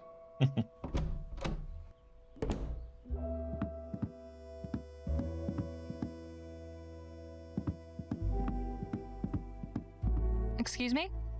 How can I be of assistance? Did you ever happen to meet Dr. Bennett Clark? I have Joni's account of his demonstrations at the theater, but I never saw them myself. Never met the man neither. He wasn't seen much in town. You wouldn't happen to know anything about the Luminarians, would you? I have no idea what that word even means. Never mind then. I'll leave you to your work. Appreciate it, man. Okay,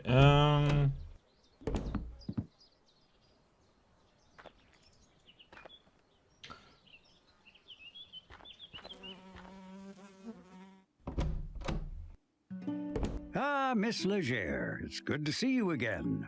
Nadine and Mr. Marquez were just telling me how you all were acquainted. Please do continue.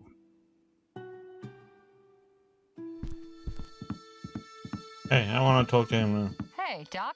Miss Leger. Did you ever make the acquaintance of Dr. Bennett Clark? Ha! Doctor? If that man's a doctor, then I'm Hippocrates. Shall I take that as a no? Miss Leger, I do not associate with lunatics and crackpots, especially those who recklessly cause the deaths of innocents. Now, let's not sully the good name of higher learning any further. Have you met any members of the Luminarians? I beg your pardon? They're a community living near the old Clark laboratory. Oh, those ethericity cultists. Yes, they do make their way into town on occasion. Sometimes the women come to me seeking certain remedies and prophylactics, and I've treated 1 or 2 cases of malnutrition. The desert is a hard place to make a home. Something about the old lab draws in the gullible and deluded. Lost souls searching for meaning. I'll see you later, Doc. Do take care of yourself. Yep.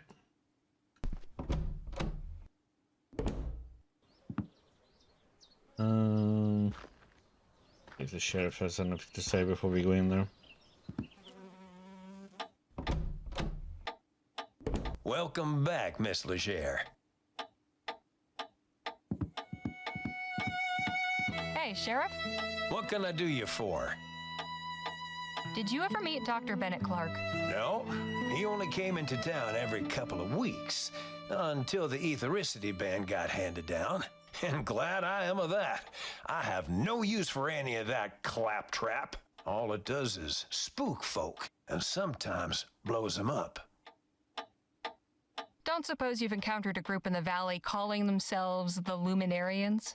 The what now? Luminarians. They claim to be the protectors of Dr. Clark's artifacts. They've got a commune set up near his lab. Oh, come on now. You're pulling my leg. I'm serious. Well, so long as I don't get up to nothing in town, they ain't my problem. Thanks for the chat, Sheriff. Come back anytime. Okay. And let's go in and talk to Lola. See how this goes. Here we go. Lord have mercy. You robbed me, then have the nerve to come back here? In all my born days, I don't think I've met anybody quite so foolish. I get it. You're upset. I can explain. Not interested. Wait, it was that conniving little snake, Jem. He said the watch was his, said you'd stolen it. He got one over on me. I apologize, truly. Bully for you. If you really are sorry, get it back.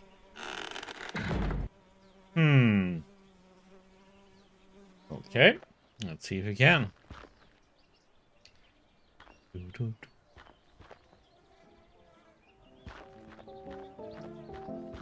You just keep turning up like a bad copper, don't you? Nice to see you too. I'm nearly afraid to ask, what in the Sam Hill are you doing now? I'm selling maps of the town. To whom exactly? Near as I can tell, I'm the only new arrival. The locals in the market for maps of a town you can circumnavigate in 10 minutes. You're a real stick in the mud, you know that? You have something that doesn't belong to you. Could you be more specific? Lola Johnson's watch. I want it back. No can do. You swiped that watch for me fair and square.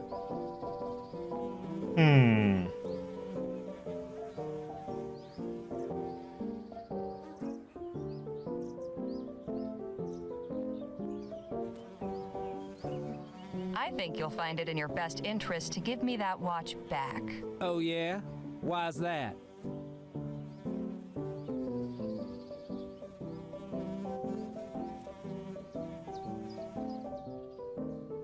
I can't do that one because then I'm getting myself into trouble. Because this whole street tough act is setting a terrible example for your brother. You really want him to end up like you? He should be so lucky. Now quit trying to twist my arm, would you? You're on thin ice, kid.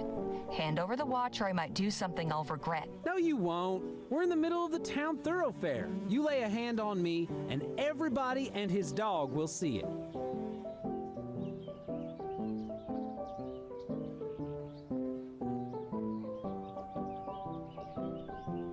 Let's give them a real show, then. Can't say I didn't warn you.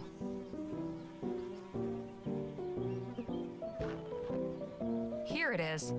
I'd better get this back to Lola quick.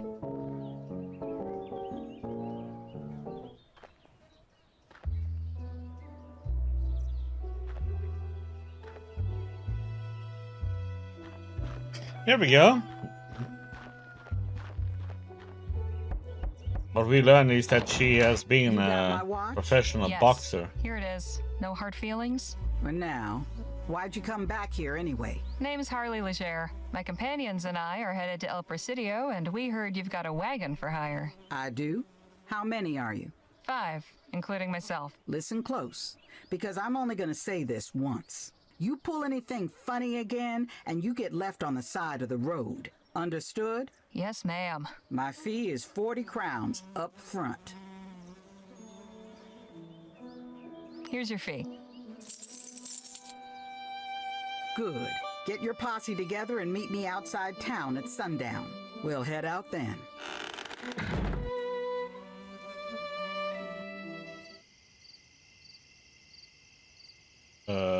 Okay. That's an interesting ride. There you are. This your group then? This is us. All right, folks, listen here. I'm Lola Johnson.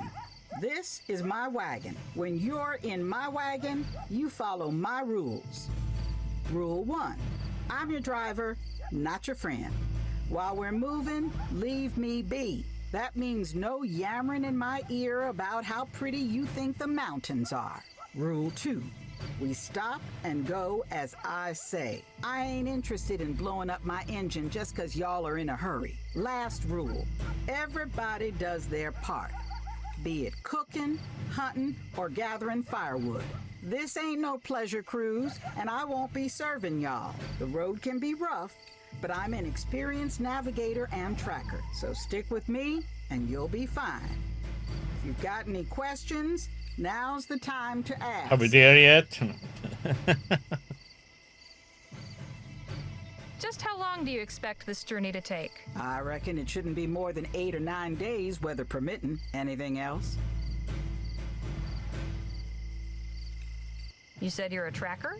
What's that mean exactly? It means I'm good at finding things. One of you gets lost, or we're hunting our supper and need to trail an animal, I can do that. So, like a bloodhound? No, like a tracker. Compare me to a dog again, and you're finding yourself another ride. Understand? Oh, apologies. I didn't mean to offend. Folk rarely do. Anything else?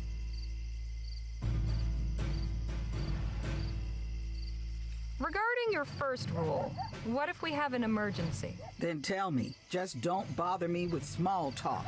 I need to concentrate on driving. Anything else? We understand. You'll have no trouble from us. All right then. Let's get a move on. Time's wasting.